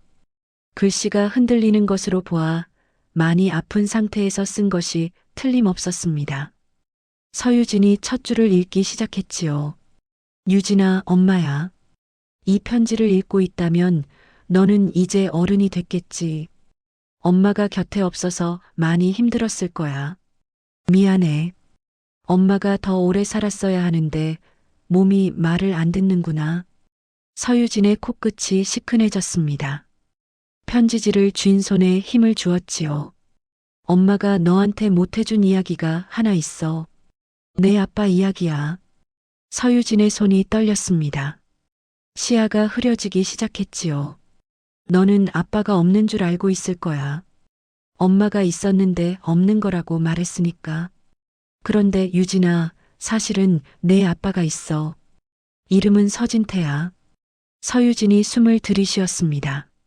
몇 시간 전 지하 복도에서 들었던 바로 그 이름이었지요. 아빠는 나쁜 사람이야. 너를 버렸으니까. 3살밖에 안 된 너를, 다리가 불편한 너를 엄마한테 떠넘기고 갔으니까. 그건 절대 용서받을 수 없는 일이야. 엄마는 아직도 그 사람이 원망스러워. 서유진이 이를 악물었지요. 턱에 힘이 들어가는 소리가 났습니다. 예상한 내용이었습니다. 그런데 다음 줄에서 서유진의 눈이 멈췄지요. 그런데 유진아, 엄마가 하나 고백할 게 있어. 내 아빠가 너를 찾으려고 했어. 서유진의 눈이 커졌습니다. 편지지에 얼굴을 가까이 들이밀었지요. 이혼하고 1년쯤 지났을 때 서산까지 흥신소 사람이 왔더라. 서진태가 보낸 사람이었어. 우리 사는 곳을 알아내고 돈을 전하러 온 거야. 봉투에 돈이 500만 원이 들어 있었어. 엄마가 그 돈을 돌려보냈어. 서유진이 편지에서 눈을 떼지 못했습니다. 심장이 빠르게 뛰고 있었지요. 1년 뒤에 또 왔어. 이번엔 1,000만 원이었어. 엄마가 또 돌려보냈지. 그랬더니 그 다음엔 편지가 왔어. 서진태가 직접 쓴 편지. 정희야, 제발 이 돈만은 받아줘. 유진이 병원비라도 써줘. 이것마저 거절하면 나는 어떻게 해야 하는 거야. 그렇게 쓰여 있었어. 엄마가 그 편지를 읽고 밤새 울었어. 그리고 다음날 이사를 했어. 본 적도 옮기고 주소도 바꾸고 서진태가 절대 찾을 수 없게 완전히 숨어버렸어. 서유진의 손에서 편지지가 바르르 떨렸지요. 눈물이 편지 위로 떨어졌지만 서유진은 닦지도 않고 계속 읽었습니다. 왜 그랬냐고. 유진아, 엄마가 왜 그 돈을 거부하고 숨었냐고. 그 사람한테 지기 싫어서. 우리 딸 버리고 간 사람한테 돈 몇 푼으로 죄책감 해소하는 꼴을 봐주기 싫어서. 엄마의 자존심이 그걸 용납 못한 거야. 그런데 유진아, 엄마가 지금 죽어가면서 생각해 보니까 그게 정말 자존심 때문이었을까? 서유진이 입술을 깨물었습니다. 눈물이 볼을 타고 흘러내리고 있었지만 시선은 편지에서 떼지 못했지요. 엄마가 진짜 무서웠던 건 내가 아빠를 알게 되면 엄마를 떠날까봐 그랬던 것 같아. 엄마보다 잘 살게 해줄 수 있는 아빠한테 가버리면 엄마한테는 아무도 남지 않잖아. 그러니까 결국 엄마도 이기적이었던 거야. 너를 위한 것처럼 포장했지만 사실은 엄마가 무서웠던 거야. 서유진의 입에서 신음 같은 소리가 새어나왔지요. 엄마. 그 한마디가 방 안을 떠돌았습니다. 미안해, 유진아. 엄마가 그 돈을 받았으면 내가 좀 더 편하게 살 수 있었을 텐데. 병원도 다닐 수 있었을 텐데. 엄마 때문에 내가 더 고생했을 수도 있어. 그 생각을 하면 숨이 막혀. 서유진의 눈에서 눈물이 떨어져 편지지 위에 번졌지요. 엄마의 글씨 위로 물방울이 퍼졌습니다. 서유진은 편지지를 떨어뜨릴까봐 두 손으로 꼭 쥐었지요. 유진아, 마지막으로 하나만 더. 목걸이 있잖아. 내 목에 걸린 거. 그거 내 아빠가 내가 태어난 날 만들어준 거야. 한 달 월급 다 털어서. 뒷면에 내 이름이랑 생일 새겨져 있잖아. 엄마가 그걸 왜 절대 잃어버리면 안 된다고 했는지 이제 말해줄게. 그건 내 아빠가 한때는 너를 사랑했다는 증거야. 서유진이 목걸이를 움켜쥐었습니다. 손가락 사이로 낡은 금빛이 비쳤지요. 버리기 전에 적어도 한때는 너를 세상에서 제일 귀한 것으로 여겼다는 증거. 그게 목걸이에 담겨 있어. 엄마가 아빠를 원망하는 건 사실이야. 용서하라고 말 못하겠어. 그건 내가 결정할 일이야. 다만 한 가지, 엄마 말 들어. 원망에 내 인생을 쓰지는 마. 그 사람 원망하느라 내 하루하루가 아까워지면 그게 진짜 지는 거야. 유진아, 엄마 대신 많이 웃고 살아. 사랑해. 1996년 8월 14일. 엄마가. 서유진은 편지를 다 읽고도 한참 동안 움직이지 못했습니다. 편지지를 가슴에 꼭 안았지요. 목에서 목걸이를 꺼내 손에 쥐었습니다. 편지지와 목걸이를 양손에 하나씩 들고 아이처럼 몸을 웅크렸지요. 엄마. 38세 여자의 입에서 8살 아이 같은 울음이 터져 나왔습니다. 엄마, 왜 이제야 말해, 왜 이제야? 서유진이 알고 있던 이야기는 단순했지요. 아빠가 자기를 버렸다. 엄마가 혼자 키우다 죽었다. 아빠는 나쁜 사람이다. 끝. 35년간 서유진이 믿어온 이야기는 그것이 전부였습니다. 그런데 엄마의 편지는 그 이야기에 금을 내고 있었지요. 아빠가 찾으려 했다는 것, 돈을 보냈다는 것, 편지까지 썼다는 것, 그리고 그것을 거부하고 숨은 것은 엄마 쪽이었다는 것. 엄마도 자신의 이기심을 인정하고 있었다는 것. 누가 가해자이고 누가 피해자인지 서유진이 35년간 쌓아온 구도가 흔들리기 시작한 것이었습니다. 물론 아버지가 자신을 버린 것은 사실이었지요. 그 죄는 변하지 않았습니다. 그러나 그 이후의 이야기가 서유진이 알던 것과 달랐던 것이지요. 서유진은 편지를 다시 읽었습니다. 3번, 4번. 읽을수록 엄마의 목소리가 들리는 것 같았지요. 원망에 내 인생을 쓰지는 마. 그 한 줄이 가슴에 박혔습니다. 서유진은 목걸이를 들어 형광등 불빛 아래 비춰봤지요. 낡은 금빛이 희미하게 반짝였습니다. 뒤집으니 서유진 1988 3 12 그 글자가 보였지요. 38년 전 한 달 월급을 털어 이것을 만들었다는 남자. 버리기 전에 한때는 자기를 사랑했다는 남자. 서유진은 한참 동안 목걸이를 들여다봤습니다. 그리고 천천히 휴대전화를 꺼냈지요. 전화기에 저장된 번호는 많지 않았습니다. 용역업체 사무실, 김말순, 동네 편의점. 그리고 오늘 낮에 김도연 비서가 건네고 간 명함에 적혀 있던 번호가 하나 있었지요. 서유진이 필요 없어요 하며 거부했지만 김도연 비서가 주머니에 슬쩍 넣어둔 명함이었습니다. 서유진은 그 번호를 한참 들여다봤지요. 전화를 걸지는 않았습니다. 아직은 아니었지요. 그러나 번호를 지우지도 않았습니다. 봉천동 옥탑방 창문 밖으로 서울의 밤이 깜빡이고 있었지요. 어딘가에 한남동 저택이 있을 것이고 그 저택 서재에서 72세 노인이 잠을 이루지 못하고 있을 것이었습니다. 같은 밤 같은 하늘 아래 아버지와 딸은 각자의 방에서 같은 사람을 떠올리고 있었지요. 30년 전에 세상을 떠난 여자 이정희. 그녀가 남긴 편지 한 통이 35년간 얼어붙어 있던 무언가를 아주 조금, 아주 천천히 녹이기 시작하고 있었습니다. 다음 날 아침 서유진은 신사옥에 출근하지 않았습니다. 용역업체에 하루 연차를 썼지요. 연차라고 해봐야 일당이 빠지는 것이었지만 오늘만은 걸레를 잡을 수가 없었습니다. 온밤을 뜬 눈으로 지새우며 엄마의 편지를 읽고 또 읽었으니까요. 서유진은 오전 내내 옥탑방에 앉아 있었습니다.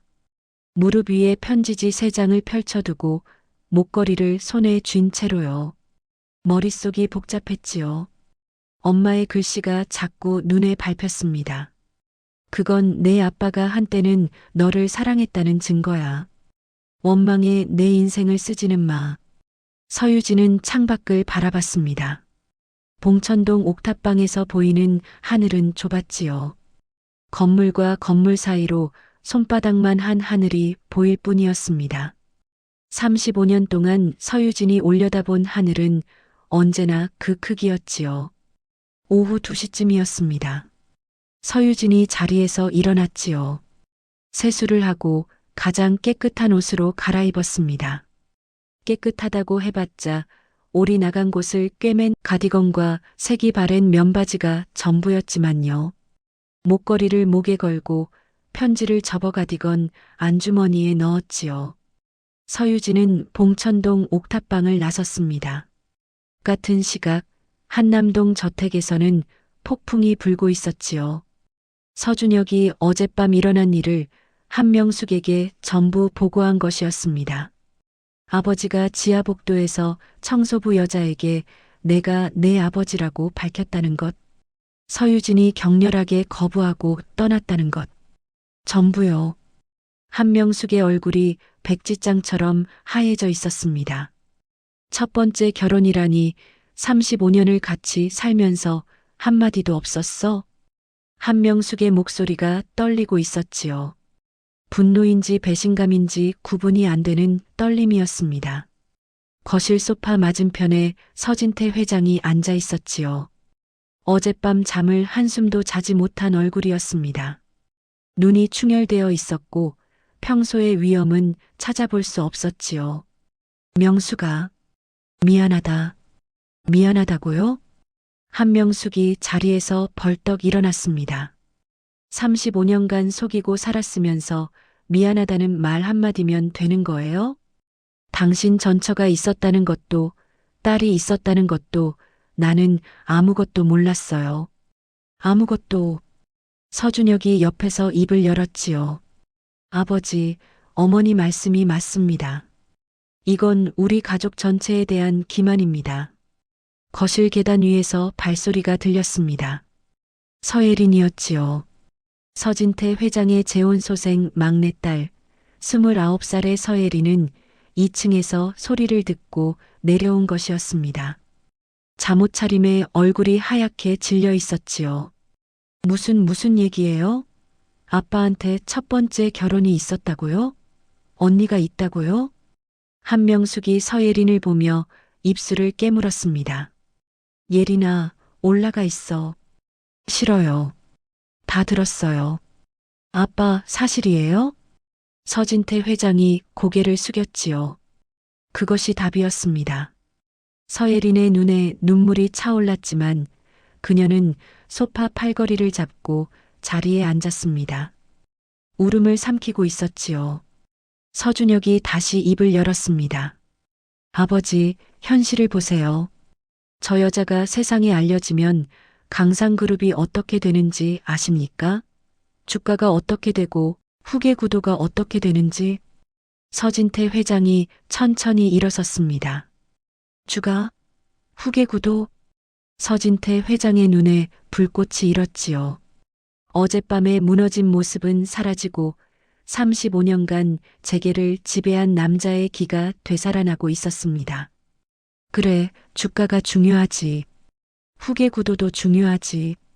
근데 준혁아, 그거 알아? 아버지가 그 중요한 것들을 쌓기 위해서 뭘 버렸는지. 3살짜리 딸을 버렸어. 소아마비인 딸을. 그 애는 엄마가 죽고 시설에서 자라고 공장에서 일하고 건물 바닥을 닦으면서 38년을 살았어. 서진태 회장의 목소리가 갈라졌지요. 아버지가 이 빌딩을 세울 동안 그 애는 이 빌딩 바닥을 닦고 있었어. 그런데 내가 아버지한테 주가를 걱정하라고? 서준혁이 입을 다물었습니다. 서예린이 조용히 물었지요. 아빠, 그 언니는 지금 어떻게 살고 있는 거예요? 서진태 회장이 막내딸을 봤습니다. 입을 열기가 힘든 듯 한참을 말하지 못하다가 겨우 한마디를 꺼냈지요. 관악구 봉천동 옥탑방에서 혼자 살고 있어. 청소부로. 서예린이 입을 손으로 막았습니다. 한명숙이 끼어들었지요.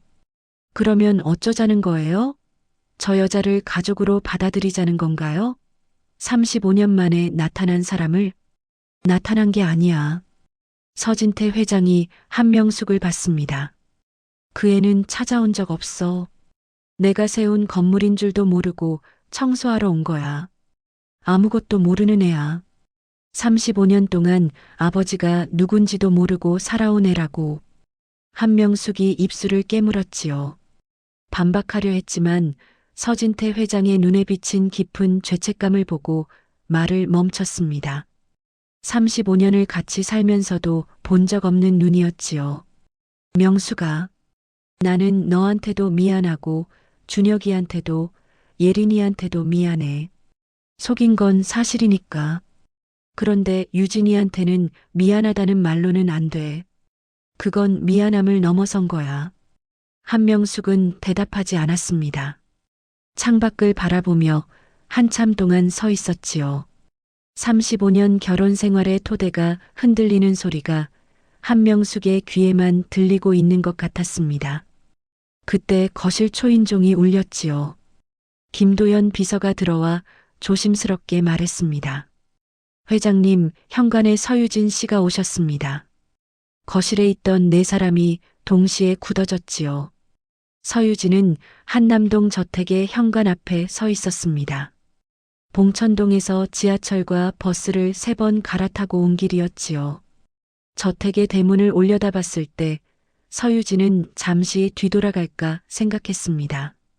아이보리색 벽돌 담장 너머로 보이는 3층 저택은 서유진이 살아온 세계와는 완전히 다른 곳이었으니까요. 그러나 가디건 안주머니의 편지가 가슴에 닿아 있었습니다. 엄마가 남긴 마지막 글. 서유진은 숨을 한번 깊이 들이쉬고 초인종을 눌렀지요. 거실로 안내받은 서유진은 넓은 공간에 압도당하지 않으려 애쓰고 있었습니다. 대리석 바닥 샹들리에 벽에 걸린 그림들. 서유진이 매일 닦는 바닥과 같은 재질이었지만 그 위에 서는 느낌은 전혀 달랐지요. 서진태 회장이 맞은편에 앉아 있었고 한명숙은 창가에, 서준혁은 소파 팔걸이에 걸터 앉아 있었습니다. 그리고 계단 옆에 서유진과 비슷한 또래의 젊은 여자 서예린이 서 있었지요. 서유진을 향한 네 쌍의 눈이 각기 다른 감정을 담고 있었습니다. 서진태 회장의 눈에는 간절함이, 한명숙의 눈에는 경계가, 서준혁의 눈에는 복잡한 불편함이, 서예린의 눈에는 호기심과 슬픔이 뒤섞여 있었지요. 서유진이 먼저 입을 열었습니다. 어제 무례하게 굴었습니다. 서진태 회장이 고개를 저었습니다. 아니야. 내가 무례한 게 아니야. 당연한 거야. 오늘 온 건 드릴 말씀이 있어서예요. 서유진이 가디건 안주머니에서 접힌 편지지를 꺼냈지요. 어젯밤에 이걸 읽었습니다. 엄마가 남긴 편지예요. 죽기 전에 쓴 거요. 서진태 회장의 얼굴이 일그러졌지요. 이정이라는 이름이 떠오른 것이 분명했습니다. 엄마가 다 써놨더라고요. 아버지가 돈을 보냈다는 것, 찾으려 했다는 것, 편지도 썼다는 것, 그리고 그걸 거절하고 숨은 건 엄마 쪽이었다는 것도. 한명숙과 서준혁의 표정이 미묘하게 달라졌지요. 서예린은 입술을 깨물며 서유진의 얼굴에서 눈을 떼지 못하고 있었습니다. 서유진이 계속했지요. 어제 여기서 당신이 내 아버지라는 말을 듣고 죽을 만큼 화가 났어요. 35년 동안 아빠 없이 살았으니까. 그런데 엄마 편지를 읽고 나니까. 서유진이 잠시 말을 멈췄습니다. 목이 메는 것을 참고 있었지요. 복잡해졌어요. 단순하게 나쁜 사람 한마디로 정리가 안 되더라고요. 서진태 회장의 눈에서 눈물이 흘러내렸지만 서유진은 그것을 보지 않으려는 듯 시선을 바닥에 고정했지요. 그래서 하나만 물어보려고 왔습니다. 서유진이 고개를 들어 서진태 회장을 똑바로 봤습니다. 진짜로 찾으셨어요? 엄마가 숨은 뒤에도? 서진태 회장이 입을 열었지요. 목소리가 갈라져 있었습니다. 찾았어. 10년을 찾고 20년을 찾고 30년을 찾았어. 왜 못 찾으셨어요? 재벌이면 다 찾을 수 있는 거 아닌가요? 내 엄마가 흔적을 완전히 지웠어. 본적을 옮기고 주소를 바꾸고 이 사람 저 사람한테 부탁해서 연락처란 연락처는 전부 끊어놨더라. 아무리 수소문해도 실마리가 나오질 않았어. 서유진이 눈을 감았습니다. 엄마가 그 정도까지 했다는 것이 엄마의 분노가 얼마나 깊었는지를 말해주고 있었지요. 또 하나만 물을게요. 뭐든 물어. 35년 전에 후회는 하셨어요? 서진태 회장이 한참 동안 대답하지 못했습니다. 입술이 떨리고 있었지요. 한명숙과 서준혁, 서예린도 숨을 죽이고 있었습니다. 매일 서진태 회장의 목소리가 겨우 나왔지요. 35년 동안 하루도 빠짐없이 매일 밤 내가 꿈에 나왔어. 3살짜리 내가 아빠 빠이빠이 하면서 손을 흔드는 꿈. 그 꿈을 35년 동안 꿨어. 서진태 회장이 두 손으로 얼굴을 감쌌습니다.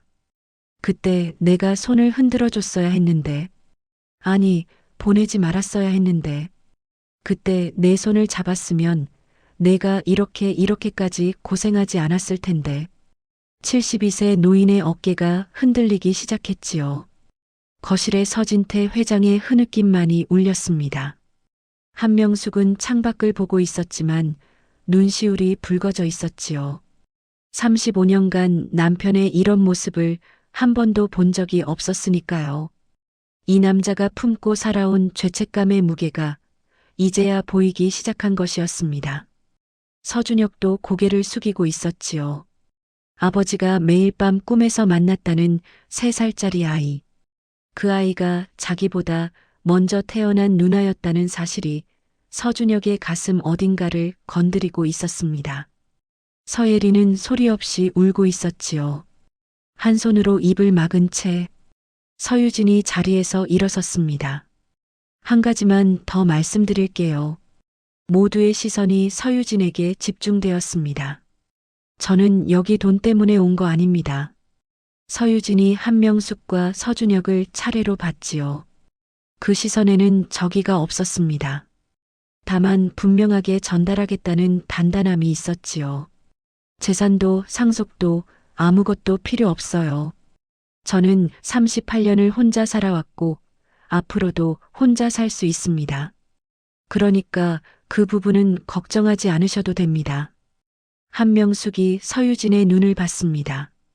오래 깊이 35년간 재벌가 안주인으로 살아오면서 한명숙은 셀 수 없이 많은 사람의 속내를 읽어왔지요.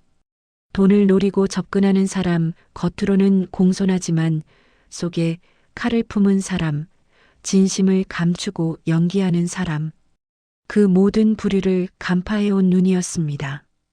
그런데 서유진의 눈에는 그 어떤 것도 없었지요. 욕심도 계산도 원한도.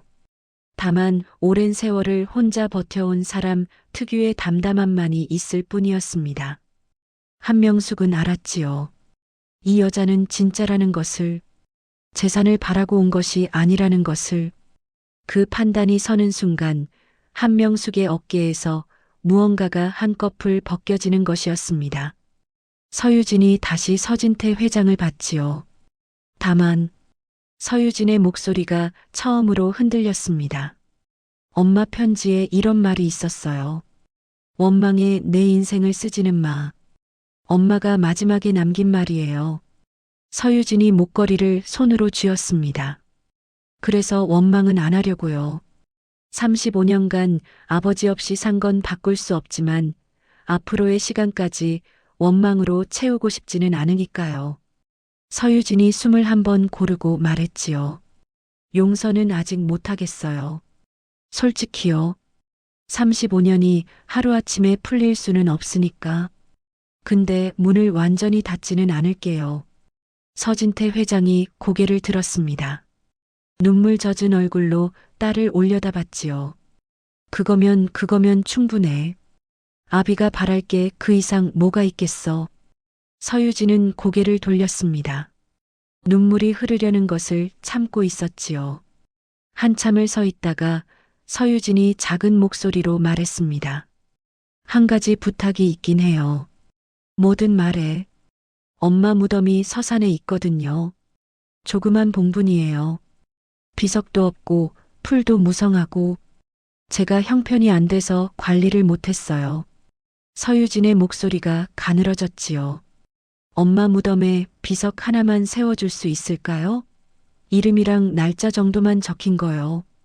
그게 제 유일한 부탁이에요. 서진태 회장이 입을 열려 했지만 말이 나오지 않았습니다.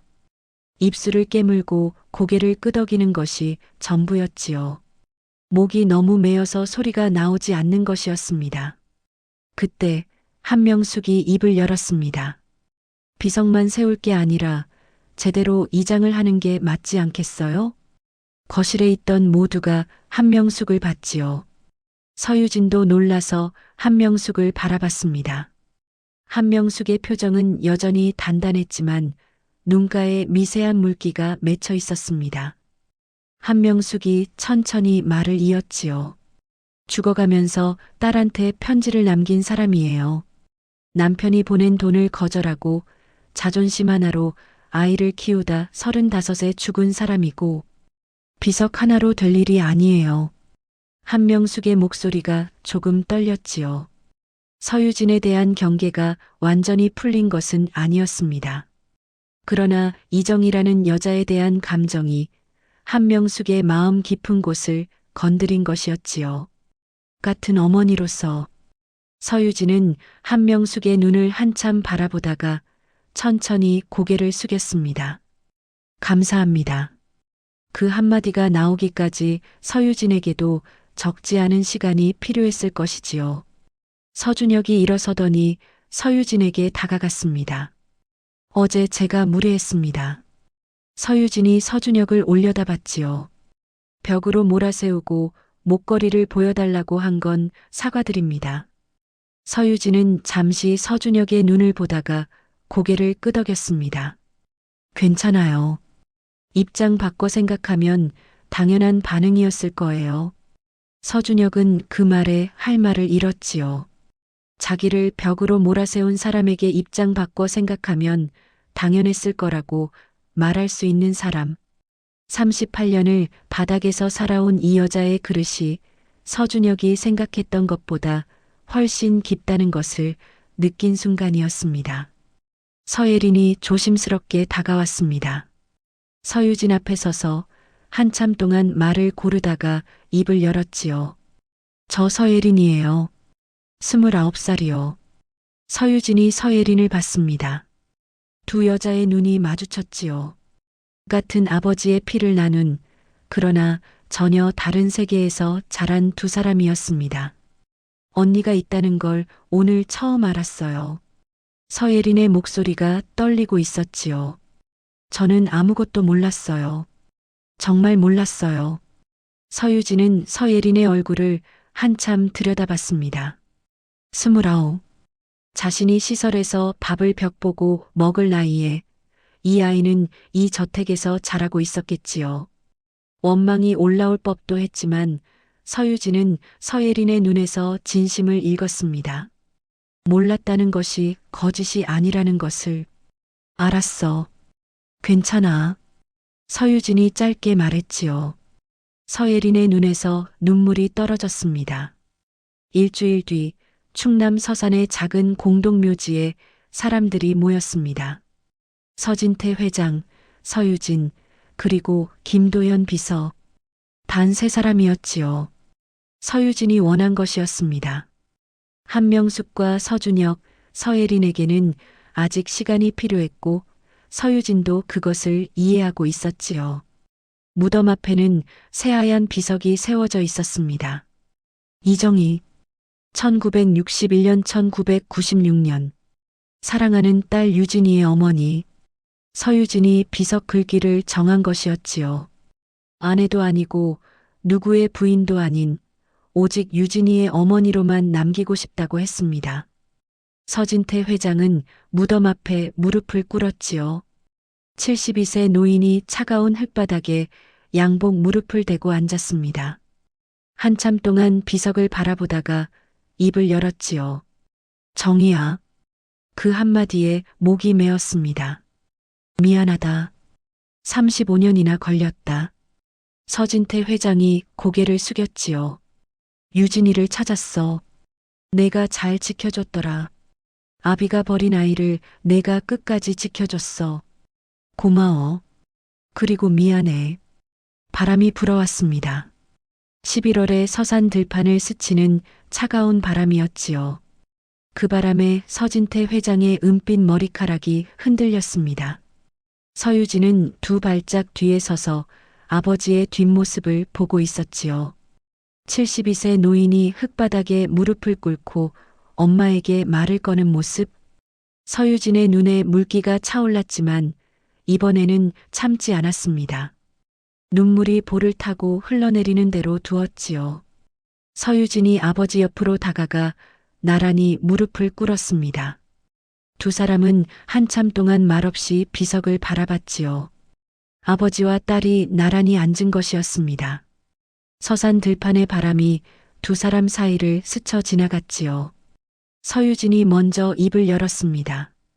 엄마, 나왔어. 목소리가 떨렸지만 따뜻했지요.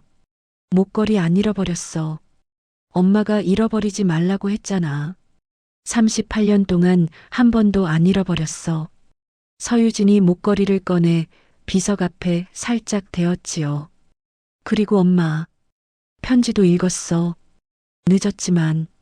서유진이 옆에 무릎 꿇고 있는 서진태 회장을 힐끗 봤습니다. 이 사람도 왔어. 서진태 회장이 고개를 숙인 채 어깨를 떨고 있었지요. 엄마가 원망하는 거 알아. 나도 아직 다 풀린 건 아니야. 근데 엄마가 그랬잖아. 원망에 내 인생을 쓰지 말라고. 서유진이 비석 위에 손을 얹었습니다. 그러니까 천천히 해볼게. 금방은 안 되겠지만 천천히. 바람이 다시 한번 불어왔지요. 이번에는 조금 따뜻한 바람이었습니다. 11월에 서산에서 따뜻한 바람이 불 리는 없었지만 두 사람에게는 그렇게 느껴졌지요. 서진태 회장이 떨리는 손을 뻗었습니다. 서유진의 손 옆에 자신의 손을 놓았지요. 닿을 듯 말 듯 아주 가까이. 잡지는 못했습니다. 그럴 자격이 있다고 생각하지 않았으니까요. 그런데 서유진이 아버지의 손 위에 자기 손을 가만히 올렸습니다. 아무 말 없이 고개도 돌리지 않고 비석을 바라본 채로 서진태 회장의 몸이 굳었지요. 그리고 참고 있던 울음이 터져 나왔습니다. 소리를 죽이려 했지만 어깨가 주체할 수 없이 흔들리고 있었지요. 서유진도 울고 있었습니다. 소리 없이 눈물만 흘리면서 아버지와 딸의 손이 포개진 그 위로 비석의 글자가 햇살에 빛나고 있었지요. 이정희, 사랑하는 딸 유진이의 어머니, 30년 전에 떠난 여자가 남긴 편지 한 통이 끝내 아버지와 딸의 손을 잊게 한 것이었습니다. 서산을 다녀온 뒤 많은 것이 천천히 달라지기 시작했습니다. 서유진은 청소부 일을 계속했지요. 서진태 회장이 다른 일자리를 제안했지만 서유진은 고개를 저었습니다. 남이 봐서 하는 게 아니라 제가 할 수 있는 일을 하는 거예요. 이게 제 일이에요. 다만 한 가지 달라진 것이 있었지요. 한 달에 한 번 서유진은 한남동 저택을 찾았습니다.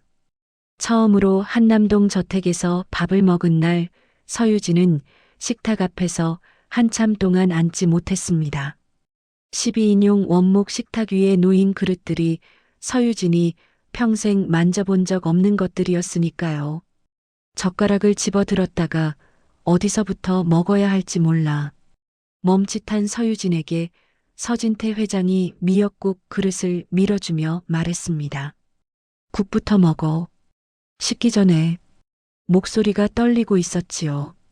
평생 직원 수천 명에게 지시만 내리던 사람이 딸에게 미역국 한 그릇 권하는데 목소리가 떨리는 것이었습니다. 서유진이 국을 한 숟갈 떠먹었습니다. 뜨거운 국물이 목구멍을 타고 내려갔지요. 봉천동 옥탑방에서는 늘 라면으로 끼니를 때웠던 서유진이었습니다. 식탁에는 서진태 회장과 서유진 둘뿐이었지요. 한명숙은 일부러 자리를 피해준 것이었고 서준혁과 서예린도 오지 않았습니다. 아직은 그것이 맞았지요. 젓가락 소리만 나는 식탁이었습니다. 어색한 침묵이 길었지요. 그러나 서진태 회장은 그 침묵이 싫지 않았습니다. 딸이 밥을 먹고 있다는 것.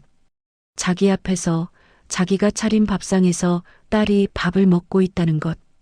그것만으로도 72세 노인의 눈에는 자꾸 물기가 차올랐지요. 아버지, 왜 안 드세요? 서유진이 고개를 들어 물었습니다. 아버지라는 호칭이 아직 어색했지만 의식적으로 쓰려 하고 있는 것이 느껴졌지요. 먹고 있어, 먹고 있어.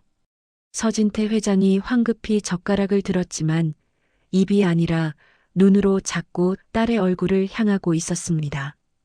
두 번째, 세 번째 만남이 이어지면서 조금씩 대화가 늘었지요. 유진아, 어릴 때 뭘 좋아했어? 그림이요. 엄마가 식당에서 일할 때 부엌 구석에서 그림 그렸어요. 그림? 아빠는 몰랐네. 아빠가 알 리가 없죠. 3살 때 헤어졌는데. 서유진이 담담하게 말했지만 서진태 회장은 그 한마디에 가슴이 저며왔지요. 그러나 서유진의 말투에는 더 이상 칼날이 없었습니다. 사실을 사실대로 말하는 것뿐이었지요. 한명숙은 서유진과의 거리를 천천히 좁혀갔습니다. 완전히 받아들인 것은 아니었지만 적어도 적대하지는 않게 된 것이었지요. 네 번째 식사 자리에서 한명숙이 처음으로 함께 앉았고 서유진의 그릇에 반찬을 올려주며 말했습니다. 유진 씨, 이것도 좀 먹어봐요. 그 한마디가 나오기까지 한명숙에게도 적지 않은 시간이 필요했을 것이었지요. 서준혁은 가장 오래 걸렸습니다. 서유진을 마주칠 때마다 어디에 시선을 둬야 할지 모르는 표정이었지요. 그러나 어느 날 서유진이 신사옥 27층에서 무거운 청소 장비를 옮기다 비틀거리는 것을 목격한 서준혁이 말없이 다가가 장비를 대신 들어주었습니다. 서유진이 올려다 봤지요. 괜찮아요. 혼자 할 수 있어요. 알아요. 근데 무거우니까. 서준혁이 시선을 피하며 장비를 옮겨준 뒤 돌아섰지요. 아무 말 없이 엘리베이터를 탔습니다. 누나에게 아직 누나라고 부르지는 못했지만 등을 돌리는 서준혁의 표정이 처음 만났을 때와는 달라져 있었지요. 서유진은 그 뒷모습을 한참 바라봤습니다. 입꼬리가 아주 살짝 올라가는 것이었지요. 서예리는 의외로 서유진에게 가장 먼저 다가간 사람이었습니다. 5번째 식사 자리에서 서예린이 서유진 옆에 앉으며 물었지요. 언니, 봉천동에서 여기까지 매번 버스 타고 와요? 응. 지하철이랑 버스 3번 갈아타면 돼. 다리 안 아파요? 멀잖아. 익숙해. 서예린이 고개를 숙였다가 다시 들었습니다. 다음에는 내가 데리러 갈게요. 서유진이 서예린을 봤지요. 29살 여동생의 눈이 진지했습니다. 서유진이 짧게 웃었지요. 그래, 고마워. 그 고마워 한마디에 서예린의 표정이 환하게 피어올랐습니다. 그해 연말 서진태 회장은 강상그룹 이사회에서 한 가지 발표를 했습니다. 강상그룹 복지재단 산하에 장애인 자립 지원 기금을 설립한다는 것이었지요. 초기 출연금 500억 원, 장애인 직업 훈련, 의료 지원, 주거 안정을 위한 기금이었습니다. 기자들이 물었지요. 회장님, 갑작스러운 결정인데 특별한 이유가 있으십니까? 서진태 회장은 잠시 침묵했습니다. 그리고 말했지요. 갚아야 할 빚이 있어서요. 기자들은 그 말의 의미를 알지 못했지만 서유진은 다음날 뉴스에서 그 장면을 보며 알았지요. 그것이 아버지가 할 수 있는 참회의 방식이라는 것을. 봉천동 옥탑방에서 서유진은 그 뉴스를 보며 한참 동안 화면을 바라봤습니다. 그리고 목걸이를 꺼내 들었지요. 38년간 자신의 목에 걸려 있던 낡은 금목걸이. 뒤집으니 글자가 보였습니다. 서유진, 1988, 3, 12. 세월에 달아 희미했지만 아직 읽을 수 있는 글자였지요. 38년을 견딘 글자. 아버지가 새기고 어머니가 지켜주고 딸이 붙잡고 살아온 글자. 서유진은 목걸이를 다시 목에 걸었습니다. 그리고 창밖을 봤지요. 봉천동 옥탑방에서 보이는 하늘은 여전히 좁았지만 오늘따라 하늘빛이 조금 다르게 느껴졌습니다. 서유진은 휴대전화를 꺼내 번호를 눌렀지요. 신호가 2번 가기도 전에 상대방이 받았습니다. 여보세요? 72세 노인의 목소리가 마치 이 전화를 평생 기다려온 사람처럼 급하게 울렸지요. 서유진이 잠깐 망설였습니다. 그리고 입을 열었지요. 아버지, 나 유진이에요. 전화기 너머로 숨이 멈추는 소리가 들렸습니다. 그리고 한참 뒤에 떨리는 목소리가 돌아왔지요. 그래, 여기 있어. 봉천동 옥탑방의 좁은 하늘 아래에서 서유진의 눈물이 흘러내렸습니다. 웃으면서 흘리는 눈물이었지요. 35년이라는 시간이 만든 상처는 하루아침에 아물 수 없을 것이었습니다. 그러나 상처 위에 새로운 시간을 쌓아가는 일은 오늘부터 시작할 수 있었지요. 낡은 금목걸이가 서유진의 가슴 위에서 조용히 빛나고 있었습니다. 38년 전 아버지가 새긴 이름, 30년 전 어머니가 지켜준 약속, 그리고 오늘 딸이 처음으로 걸어본 전화. 아버지, 나 유진이에요. 그 한마디 속에 모든 것이 담겨 있었습니다.